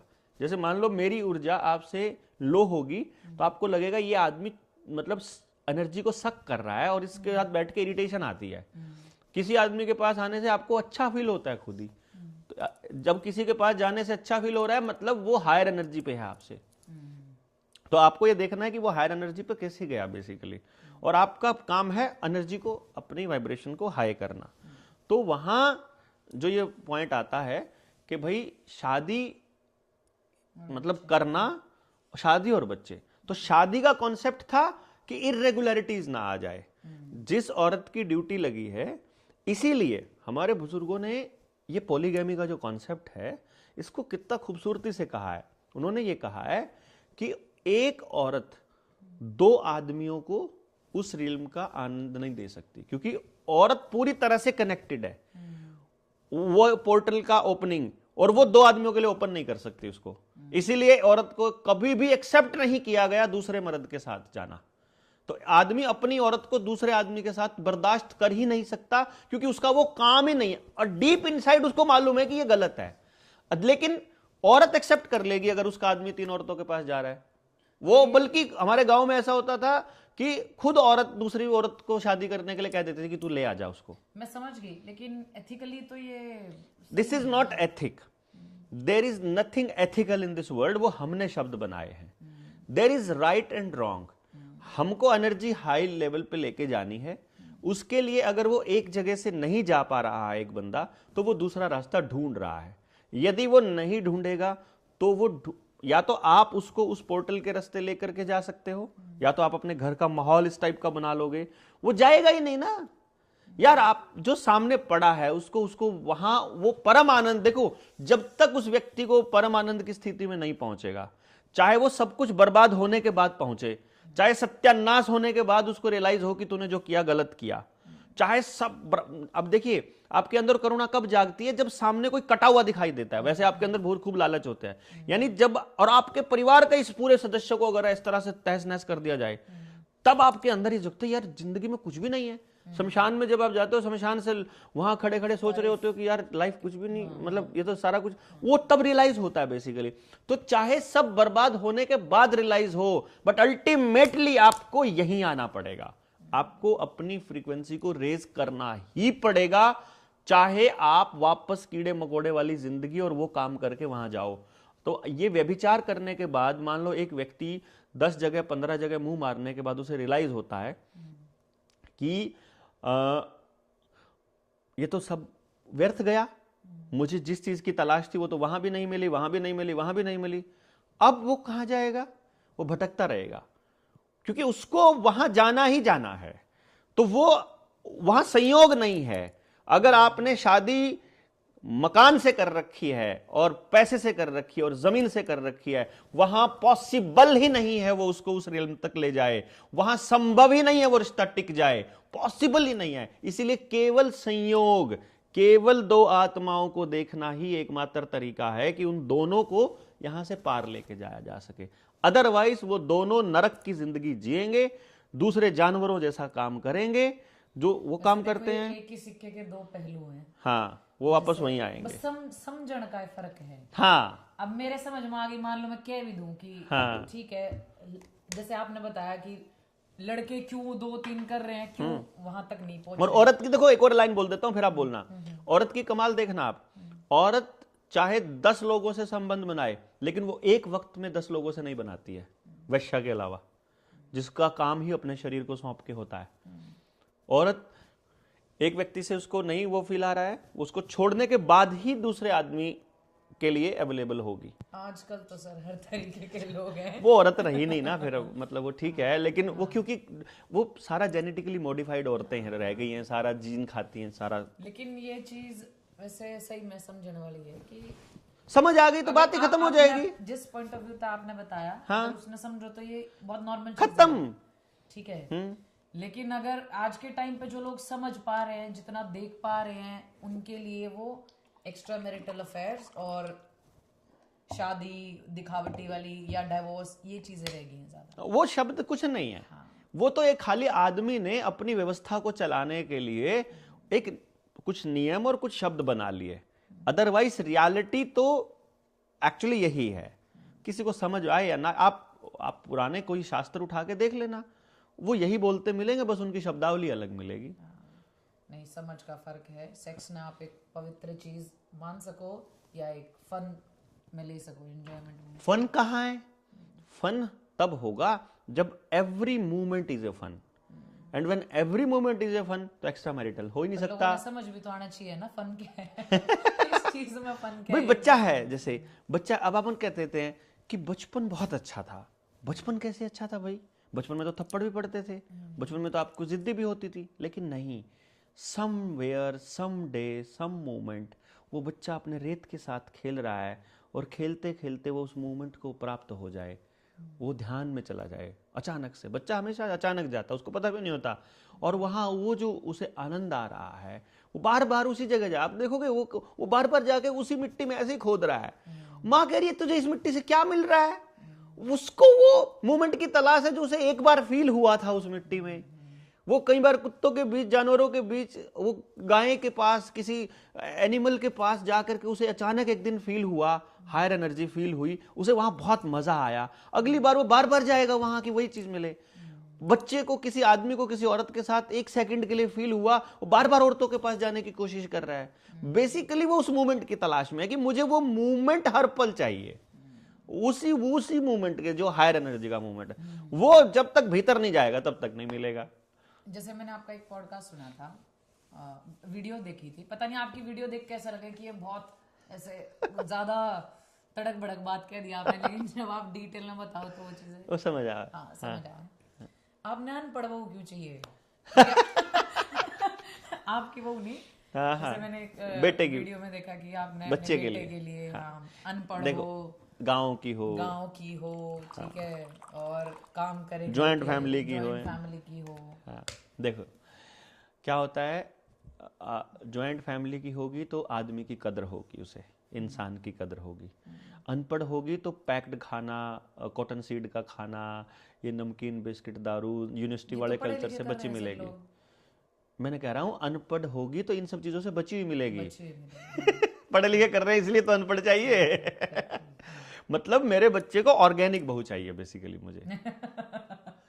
तो उगानी पड़ेगी सर। नहीं, किसी ने तो उगाई रखी होगी, वो बात अलग है, लेकिन किसी ने तो पैदा कर कि कोई तो परिवार ऐसा होगा जो आदमी की कदर करता हो, उसकी नौकरी। अब मैंने तो डिक्लेयर किया हुआ कि मेरा बच्चा नौकरी नहीं करे। जॉइंट फैमिली वाली लड़कियां ही सोचा, कई लोगों ने परिवार नहीं मिलता, वो भी ना सोचा कि परिवार मिल जाए। मैं कह रहा हूं अगर ऐसा मिल जाए, मैं तो उन्हीं को मैसेज देने के लिए तो किया था कि कोई ऐसा परिवार मिल जाए जहां ऐसी लड़की हो जो कि इन सब कचर चीजों से बची हो। बेसिकली क्या है, पढ़ाना का क्या ख्याल है? 10वीं तक का सिलेबस 6 महीने का होता है और ग्रेजुएशन तक का सिलेबस अगले 6 महीने या 1 साल का होता है। कभी सर्टिफिकेट ले लो, 1 लाख रुपए में BA BSc MSc की डिग्री ऐसे खटाक से मिल जाएगी, कोई दिक्कत ही नहीं है। नौकरी लगाने के लिए सिफारिश चाहिए, अकल थोड़ी चाहिए। अगर नौकरी लगानी है तो दैट इज मतलब वो जो चीजें बच्चे ने यूनिवर्सिटीज में जाके कमाई है ना, वो तो पैसों में मिल जाती है, लेकिन जो चीजें मैं मांग रहा हूं वो पैसों में नहीं मिलती, वो तो उस परिवार ने सहेज के रखी होती है। तो मुझे वो बच्चा चाहिए बेसिकली ऑर्गेनिक, ताकि आगे ऑर्गेनिक बच्चे। ऑर्गेनिक बहु अभी तक तो 20 ही साल का है बेटा, 2-3 साल है उसके पास, ढूंढ बेटा लेंगे। खुद भी ढूंढ सके सर। हाँ वो उसको ऑप्शन है, कोई दिक्कत नहीं। सर शादी की बात कर रहे थे हम, आपने क्या लगे शादी की एक सही उम्र क्या होनी चाहिए? लड़की को जब पीरियड्स आने शुरू हो जाए उसके 36 महीने बाद बेस्ट है, जब भी हो जाए। सर आजकल तो पीरियड 7th क्लास में आ जाए आजकल, क्योंकि आपका खान पान खराब है। अगर आप खान पान ठीक करोगे तो 14 साल की उम्र में ही बच्चे को पीरियड्स आते हैं लड़की को। 14 साल में वो 7th 8th में 13-14 साल को, 14 साल में अगर पीरियड्स आ गए तो उसके 3 साल बाद यानी 17 साल सबसे हेल्दी एग होगा उस वक्त, सबसे ज्यादा रेडी है वो बच्चा मां बनने के लिए, सबसे हेल्दी बच्चा पैदा होगा। जितनी वो लेट होगी बच्चा पैदा करने के लिए ना, ये सब नहीं सिर्फ बच्चा पैदा, फिर अभी मैंने थोड़ी देर पहले बोला ही था, औरत का काम है बच्चा पैदा करना, ठीक है सर? जब आप ऐसी लाइन कह रहे हो ना, जब तोड़ जाए छो, हाँ तो ठीक है, छो में इतना थोड़ी आस है। फिर जब आप डिटेल बात करो तो नन्नू क्यों है? नहीं यार बात तो सही बात कह रहे हो। देखो, फिर एक बात बताओ, ये मारा है ब्याह होया जब, तो वो जब ब्याह होया तो पूनम 2nd ईयर में थी जब, ठीक है, उसकी माँ बोली तो पढ़ है छोरी, मैं बोला मैं कि उसकी किताब पढ़ूं, फिर पढ़ लेगी, ठीक है, ये बालक पैदा हो गया तो वह थोड़ा उन्हें रोक के किसी काम तय। इसने बच्चा पैदा करने के बाद बीएड करी, बच्चा पैदा करने के बाद एमए साइकोलॉजी करी, बच्चा पैदा करने के बाद यार लॉ करने लग रही, नेचुरोपैथी में टॉप किया इसने, आयुर्वेदा फार्मेसी में टॉप किया अपना कॉलेज, अभी गोल्ड मेडलिस्ट आयुर्वेदा फार्मेसी की, बच्चा पैदा करने के बाद की बात बता रहा हूं। कोई किसने रोका? बच्चा पैदा करने के बाद आप पढ़ नहीं सकते हो या आप कुछ कर नहीं सकते हो, अपनी मर्जी की करो।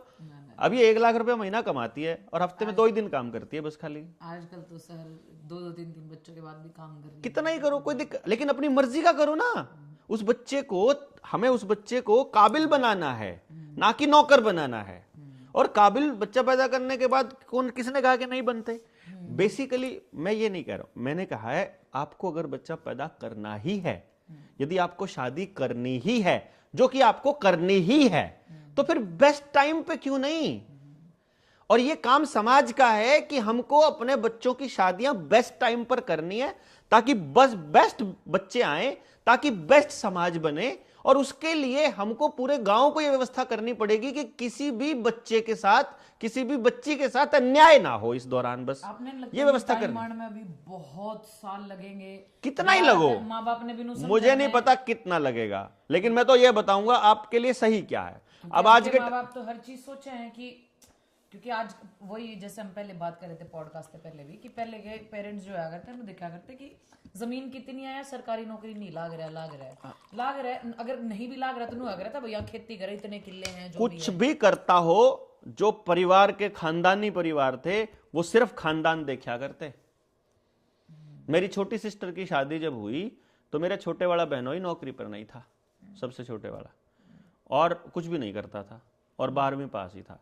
तो मैंने मेरे दादाजी से पूछा कि जो बड़ी वाली बहनें हैं उनके तो जो हस्बैंड हैं वो तो नौकरी करने वाले हैं, इसको क्यों नहीं किया? क्योंकि कुछ लोगों ने यह कहा कि यार तो बिना उसके कर दी शादी। तो मेरे दादा ने एक बात बोली थी, देखो ऐसा है, आपको अगर किसी परिवार के बारे में जानना हो कि उस परिवार में अपनी बेटी देनी चाहिए कि नहीं देनी चाहिए, पड़ोस में या उसके गांव में अगर कोई जानकार हो उससे सिर्फ ये पूछो कि इस परिवार को कोई उधार भी दे सकता है कि नहीं, इमरजेंसी आ जाए तो कोई मदद कर सकता है कि नहीं, इस परिवार ने कितने लोगों के साथ कितना बिगाड़ा और किस मुद्दे पे बिगाड़ा और कैसा कैसा क्या है, ये नीयत कैसी है इनकी। तो पूरे गांव से रिपोर्ट ये है कि खानदानी लोग हैं। तो मतलब क्या हुआ कि भाई उन्होंने शादी कर दी, वो बाद में लड़का नौकरी भी लग गया। लेकिन जब करी तब नहीं था, ना जमीन थी ना बहुत प्रॉपर्टी थी, लेकिन मेरे दादा को पता था कि बच्ची को सही जगह पर रखना, तो क्या है तरीका। और वो चीज़ें ठीक है, समाज का, दुनिया का प्रभाव बच्चों पे होता है, वो बाद में शादी के बाद भी हो जाता है, वो दिमाग खराब हो जाता है। बिल्कुल लुप्त हो चुकी हैं चीजें, नहीं, बहुत कम लोग हैं सर। नहीं देखो, मैं अगर मैं आज एक बाप एक पिता, एक 20 साल के बच्चे का पिता यदि ऐसे बच्चों की डिमांड कर रहा हूं और मुझे 4 आदमी बात को ठीक सुन भी रहे हैं, तो इसका मतलब है कल्चर उस तरफ चलेगी ना। हाँ, मैं बोल रही डिमांड आपने अभी के लिए तो करनी पड़ रही है। वो मैंने डिमांड सिर्फ पब्लिक में ये मैसेज देने के लिए किया है, वरना मैं ये बात नीचे नीचे भी कर सकता था। ये मैंने तो सिर्फ बताने के लिए किया है कि मैं बोल रहा हूं और देखना मैं कल कोशिश करूंगा इसी तरह का बच्चा अपने घर में लाने की कोशिश करूंगा ना। फ्रीडम फिर भी बच्चे की होगी, मेरे बच्चे की। भाई ठीक है, नहीं मान रहा, मैं क्या करूं, फिर अगली पीढ़ी पे काम करेंगे। मान लो ये पीढ़ी काम नहीं कर रही, जिनको आज बात पता चल जाए वो नहीं काम कर रहे, तो उससे अगली पे करेंगे। हमें क्या काम ही करना है, कुछ ना कुछ तो करोगे ना। या तो भोजन करोगे या नहीं करोगे। ना करना भी क्रिया है, करना भी क्रिया है। ठीक है, आपने मेरा अगला सवाल तो वैसे एक्स्ट्रा मैरिटल अफेयर और तलाक पे था, लेकिन आपने इससे पहले सवाल में जवाब दे दिया, जरूरत ही नहीं पड़ेगी। अच्छा, आप इंटरकास्ट मैरिज की और बात कर रहे थे। यूं तो मेरा जानना बहुत जरूरी है क्या कि इंटरकास्ट मैरिज करनी चाहिए, आपके पॉइंट ऑफ व्यू से करनी चाहिए नहीं करनी चाहिए? देखो, जिसको आप इंटरकास्ट बोलते हो, पहले कास्ट को समझना पड़ेगा। कास्ट मैं जो समझ रहा हूं वो जाति है। जाति मतलब ज्ञाति, ज्ञाति मतलब ज्ञाता, ज्ञाता मतलब ज्ञान, ज्ञान मतलब काम। यानी आपको किस काम का ज्ञान है वो आपकी जाति है। जैसे कि खेती का काम करता है तो आपकी जाति किसान है। अब आपकी जाति, आप चमड़े का काम करते हो, आपकी जाति चमार है। आप लोहे का काम करते हो, आपकी जाति लोहार है। अब आप भेड़ बकरियां चराते हो, आप गडरिया हो। अब मान लो बनिए की छोरी और गडरिये का ब्याह है, तो मिंगना की बदबू ना पागल कर देगी। नहीं माने बाय चांस शहर में पढ़ते पढ़ते बाय चांस हुआ। अब वह जानते ही घर में सबसे पहला वह जाके उस आदमी ने, अब वो तो प्रेम विवाह था क्योंकि कॉलेज में हो गया बाय चांस। कॉलेज में क्योंकि पढ़े लिखे हैं ना, तो नहीं पूछ रहे तू गडरिये की है, चमार की है, किसी है, ठीक, छोरा भी किसी का हो, बढ़िया लग गया, अपना कर लिया। अट्रैक्शन का ये नियम है कि जो आप में गुण नहीं है आप वो गुण ढूंढते हो दूसरे वाले में। अगर अट्रैक्शन ही ना पॉइंट हो, मैं फिर हाँ, मैं आगे भी बता रहा हूँ ना, मैं आगे भी बोल रहा हूँ कि भाई वो कॉलेज के अंदर मिले, उन्होंने प्लान किया और जब ब्याह के गई और उन्हें बांस हाई हुआ मिंगना की हवा बोली गडरिया के था। अब यू के नाटक है, मैं इसे घर में लेके गिर दी तने, यो तरीका होया कर है। अब कोई प्रेम है नया नया, अब बेचारा सफाई करेगा तड़की उठ दे, लेकिन ना हो बांस घर के उस पर ताना मारेंगे, ना सफाई करेगा वह नहीं रहेगी। अगले दिन वन कहेगी मैं तो चाली बैठता छोड़ दी ना घर, तो माँ बाप छोड़ने के लिए मजबूर हो जाएंगे, परिवार टूट जाएगा उसकी एक छोटी सी उस बात की वजह से, क्योंकि उसे उस वैसे परिवार में रहना आता नहीं था। अब जो बनियों की रीति रिवाज है और जाटों की रीति रिवाज है, जो बनियों की भाषा है और जो जाटों की भाषा है, वह बेचारी है कृष्ण न्यू क्या नाड़ा आदमी क्या कहता है, ऐसे जाट के घर में पद चली जाए वो पंगा हो गया। या जाटों की छोरी बनिया के चली जाओ तो मानो कहता गया तो यार खाना हुआ मानना, जबकि उसकी भाषा बेचारी की वैसी थी। इसी तरीके से आप जो काम करते ही नहीं हो, आपको मालूम ही नहीं है वो काम कैसे करना है, आप अगर उस परिवार में चले जाओगे तो आपके लिए असहजता नॉर्मल हो जाएगी। इसीलिए उस जाति को अपनी ही जाति में शादी करने का बात है कि भैया खेती का काम करने वाली लड़की खेती करने वाले घर में प्यार से खुश रहेगी, क्योंकि वो कर रखा पहले से। जिसने कर नहीं रखा वो वहां चली जाएगी, दिक्कत हो जाएगी। मान लो कोई लड़की ऐसी है कि जो एक काम करती है एक टाइप का और दूसरा परिवार भी मिल जाए वही काम करने वाला, सेम टाइप का काम करने वाला, तो उनकी जाति सेम हो गई, वो किसी भी परिवार में पैदा हो गए हों। मैं यूं नहीं कह रहा हूं जैसे आप बामणी यू जाट दोनों की शादी हो गई मान लो, तो दोनों अगर आप सेम काम करते हो तो आपकी जाति सेम हो चुकी है, फिर आप ब्राह्मण और जाट नहीं बचे हो, फिर आप वो काम करने वाले हो गए हो, फिर आपका दिक्कत नहीं है, फिर कोई टेंशन ही नहीं है। मैंने नू लगा जो लोग नू क्या करा ना आप तक कि आप नू बोलते रहो या बेरा निके है, पागल है, फद्दू जो भी है, उन्हें पूरी बात सुननी चाहिए। रील सुन के जो कमेंट करेंगे उनका तो हाल ही होगा, वो पूरी बात तो सुननी पड़ेगी उन्हें। देखो पूरी बात का लॉजिक सुनो, आपको बात समझ में आ जाएगी। एक चीज और ये तो मेरा पर्सनल क्वेश्चन आपसे, जैसे हमने आपसे एक फिल्म में दिखाई थी सूरज मीनाक्षी, जिस मुद्दे पे ध्यान लग रही है, शादियों की बात चल रही है, तो गांव में शादी जो कर अपने अड़े बिल्कुल ये है कि नहीं करनी चाहिए, मतलब नहीं तो नहीं वाला सीन है। उस क्यों नहीं का रीजन मारते कभी नहीं बताया जाता। हाँ। तो क्यों नहीं का रीजन बताओ। हाँ, मैं बताता हूँ। देखिए क्या होता है, एक वर्ड होता है पोलिनेशन। पोलिनेशन में क्या होता है कि जो मधुमक्खियां हैं वो फूलों से बीज लेकर के, मतलब मादा, और जैसे फूलों के अंदर मादा और नर दोनों पार्ट होते हैं, वो उनको ऐसे मिक्स करती हैं जिससे कि वो एक फूल, मतलब नई फसल पैदा होती है। पोलिनेशन ही होता है माँ के पेट में भी, जो स्पर्म और एग जब मिलता है वो वही मतलब उसी प्रोसेस का काम है। तो जब एक जगह पर आदमी रहता है, जब वहां एक एरिया में रहता है, तो एक खेत में है ऑर्गेनिक फसल और एक खेत में है हाइब्रिड फसल। तो मधुमक्खी दोनों से फूल चूस के इधर उधर डालती रहती है।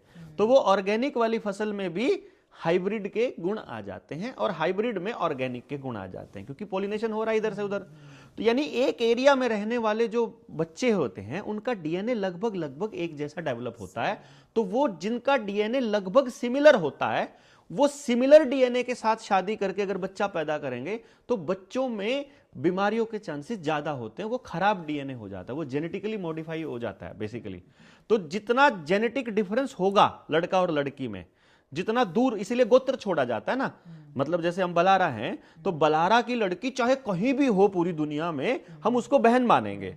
क्यों? क्योंकि वो एक डीएनए से आया हुआ है, सीन है। तो हमारे डीएनए बराबर हैं। वो बराबर डीएनए जैसे ही शादी करेगा तो बच्चे अपंग, बुजदिल, निकम्मे, कमजोर और खराब पैदा होंगे। तो इसीलिए दूर जितना होगा रिश्ता, यानी कि आपका दादी का भी नेग छोड़ दिया, बाप नानी का भी, माँ का, दादी का और दादा का, ये 3 गोत्र छोड़े जाते थे ताकि ज्यादा से ज्यादा दूर का रिश्ता हो। और एक गांव के गांव में तो सारी जनरेशन जो है सेम टाइम पे पैदा हुई है, उन सेम खाना रहा है, वहीं आसपास की फसलों से खाया है, तो उनका जेनेटिकल ग्रोथ लगभग सेम हुआ है। तो वो बच्चे, उनकी जो नेक्स्ट जनरेशन होगी वो साइंटिफिकली बीमार पैदा होगी। अब ये देखो कितना मिसकम्युनिकेशन है अपने जगह पे, अपने फैमिलीज में। हाँ। ये चीज हमने फिल्म बनाई जब हमने पता थी कि ये जेनेटिकल डिसऑर्डर आ जाएगा, हाँ। ठीक है, ये डॉग्स में भी हो वैसे, हाँ, अगर हम मीटिंग करा दे सेम ब्रीड थे।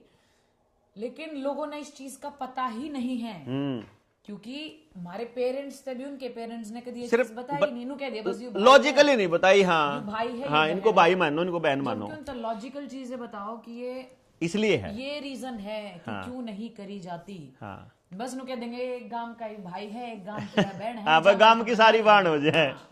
एक्चुअली होती है वो, हाँ एक्चुअली होती है, पर वो बायोलॉजिकली भी ये समझाना जरूरी है, साइंटिफिकली भी होती हैं और वो प्रैक्टिकली भी होनी चाहिए। हाँ, क्योंकि एक गांव में मैक्सिमम क्या है, 1 या 2 कास्ट के या 3-4 कास्ट के ही बोल लग गए, वरना 1-2 कास्ट के ही लोग मिला। बिल्कुल ठीक है। और वो एक ही जैसे परदादा वहीं से, हाँ, इकट्ठे, बिल्कुल फैमिलीज आगे 5-5, 6-6 होती जा, बढ़ती जा, इसीलिए वो भाई बहन। तो अल्टीमेटली वो फैमिली ही है, लेकिन ये समझाना जरूरी है। हम इस चीज पे बात ही नहीं करते, बस नु कह दे तेरा भाई, तेरी बाण की गांव के, तुम बयान नहीं कर सकते। अगर रीजन बात है तो मिसकम्युनिकेशन बहुत है यहाँ। बहुत सारी चीजें, शादी, अफेयर्स, एक्स्ट्रा मैरिटल अफेयर्स, ये सब मिसकम्युनिकेशन का ही पार्ट है कहीं। एग्जैक्टली। हम पीछे हैं बहुत बात करने में अगर बात करें तो सब चीजों का सोल्यूशन है। हाँ, आराम से समझ आ गई तो कौन करेगा ये काम गलत। अगर उसको ये समझ आ जाए सही क्या है और इससे आपका बेनिफिट है, आप फ्री माइंड रहोगे, आप हेल्दी रहोगे, आप खुश रहोगे, आप आनंदित रहोगे। अगर ये बातें पता चल जाए, कौन नहीं खुश रहना चाहता भला? कौन डिप्रेशन में सारी जिंदगी गुजारना चाहेगा? और प्रेम से जीवन कौन नहीं जीना चाहता? और कौन दूसरे से प्रेम नहीं चाहता? कौन हेल्दी रिलेशनशिप नहीं चाहता? कौन अपने परिवार में प्रेम से, क्या फर्क पड़ता है? माँ 10 बच्चे भी हों, 10 के 10 को प्यार से खिलाती है, कितने ही बच्चे हो जाए। तो ये थोड़ी है कि आप नौकरानी हो गई अपने बच्चों की, ये थोड़ी हो गया कि आप अपने परिवार के लिए। लेकिन वो परिवार को अपना परिवार माने तब मानेगी ना जब उधर से भी वाइब्रेशन अपने परिवार की आती होंगी। तो दोनों पक्षों को समझना पड़ेगा ना, और ये इंसान को समझना पड़ेगा। और ये सारा का सारा जो दिक्कत है ये पेरेंटिंग में है, ये परवरिश में है। ये परवरिश के दौरान जब बच्चा माँ बाप को वो जीवन जीते हुए देखता है, वहीं से तय कर लेता है कि शादी करनी चाहिए कि नहीं करनी चाहिए। ऐसी शादी आपने अरेंज की थी, आपके साथ क्या हो गया? आपने पेरेंट्स से कहीं ना कहीं मिलन का भी मिसकम्युनिकेशन ही एक रीजन वो है, मिसकम्युनिकेशन है। नहीं करते हाँ, क्योंकि लड़का लड़की की शादी का ही हमने क्राइटेरिया ही बदल दिया। अगर हम टाइमली अपने बच्चों से ये डिस्कस कर लें शादी क्या है, सेक्स क्या है, हाँ, पीरियड्स क्यों होते हैं, तो ब्रह्मचर्य रखने में और विर्जिनिटी रखने में दिक्कत ही नहीं है। उनके लिए वो इंपॉर्टेंट हो जाएगा, बल्कि उस ऊर्जा को उस समय सही जगह लगाने का रास्ता बता दो उनको। हम बताएंगे नहीं, बस ये बोल देंगे बस शादी से पहले करना सेक्स नहीं। मत करो, क्यों ना करो ये नहीं बताएंगे, इस एज में शादी मत करो, क्यों ना करो ये नहीं बताएंगे, बच्चे इस एज में कर लो, यस, एक्स्ट्रा मैरिटल मत करो, तलाक मत लो, उसके रीजंस नहीं बताते, रीजंस नहीं बताते, डिस्कस नहीं करते। जी बिल्कुल। और कुछ सर इस तरह लगा आप बताना चाह रहे हो? क्योंकि मैं जो भी टॉपिक उठाऊं आप, मैं समझ नहीं आ रहा खत्म क्यों करूं। अगला सवाल ही नहीं बचता। 2 घंटे हो गए इस चीज पर बात करते करते, है ना। तो कोई बात नहीं है। तो अभी तो देखिए पॉलिटिक्स पे बात करना पेंडिंग है, इकोनॉमिक्स पे बहुत करना बाकी है, समाज पे बात करना बाकी है, फिल्म इंडस्ट्री पे कर लो, पढ़ाई पे कर लो, सिलेबस पे कर लो, पेरेंटिंग पे कर लो। आपके सर में वो कर लो एक अपने सीरीज चैनल पे एक सीरीज कार्ड। हाँ, देखिए हर शनिवार शाम को 7 बजे आज ये टॉपिक है, आज का टॉपिक ये है। नहीं, अच्छा है, ये बहुत बढ़िया है। अगर दर्शक कहते हैं तो फिर एक ही मुद्दा पकड़ो। हाँ, फिर वो बिल्कुल उसको गहराई तक ले जाओ, कोई दिक्कत ड्यूरेशन नहीं। भी फिर 1 घंटे की होगी। नहीं एंड कर देते हैं। चलो भाई, आज की जितनी बातचीत थी ये भी कम थी। अब हमें इसको भी कंटिन्यू करने के लिए एक और पॉडकास्ट करना पड़ेगा। लेकिन नहीं, हम जहां हमारी वाइब्स मैच होती हैं, जरूरी नहीं हम सिर्फ पॉडकास्ट कर रहे हैं या आप कनेक्ट सिर्फ अपने पॉडकास्ट और व्यूज के लिए कर रहे हैं। हम सही में चाह रहे हैं कि ऐसे लोग हमारी पॉडकास्ट पर हमें जो आपने 4 चीजें बता सके, आपने अडेप्ट करनी है नहीं करनी है, आपकी समझ में आ रही है नहीं आ रही है, वो हर व्यक्ति पर अलग अलग तरीके से लागू कर रहे हैं। हम अगली बार भी कोशिश करेंगे सर एक नया टॉपिक, बिल्कुल ठीक है, जिसमें कॉन्ट्राडिक्शन हो, जाम है जिसमें मैं अग्री ना करती हूँ, मैं ऐसा कोई टॉपिक लाऊं आप खातर। बिल्कुल। तो अभी तक के लिए थैंक यू। ठीक है, हमारे पॉडकास्ट में देखना, लाइक करना, ना पसंद आओ तो भाई स्वाइप कर दियो। ना लिखियो उसमें, क्यों नहीं, क्या पसंद नहीं आया, न्यू थोड़ी है। एक चीज और, सवाल करो ना उसमें अंदर, आप सवाल उठाओ, अगले पॉडकास्ट में उन्हीं के सवाल ले लेंगे। ये चीज इसमें क्या दिक्कत है? आप पॉडकास्ट देखना, अगर आपने कुछ भी गंदा लग रहा है, अच्छा लग रहा है, बहुत बुरा लगा है, या हम फद्दू बात कर रहे हैं, आप कमेंट में लिखना कि हम अगली बार किस मुद्दे पर बात करें, कि हमारे सवाल होने चाहिए, हम वही पॉडकास्ट करेंगे नेक्स्ट टाइम। बहुत बहुत धन्यवाद, बहुत बहुत धन्यवाद जी, बहुत बहुत thank you so much for the time. Thank you.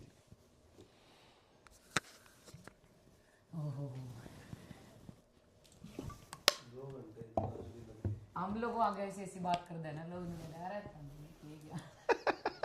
ये कोई बात है, ये नहीं होगा तो कैसे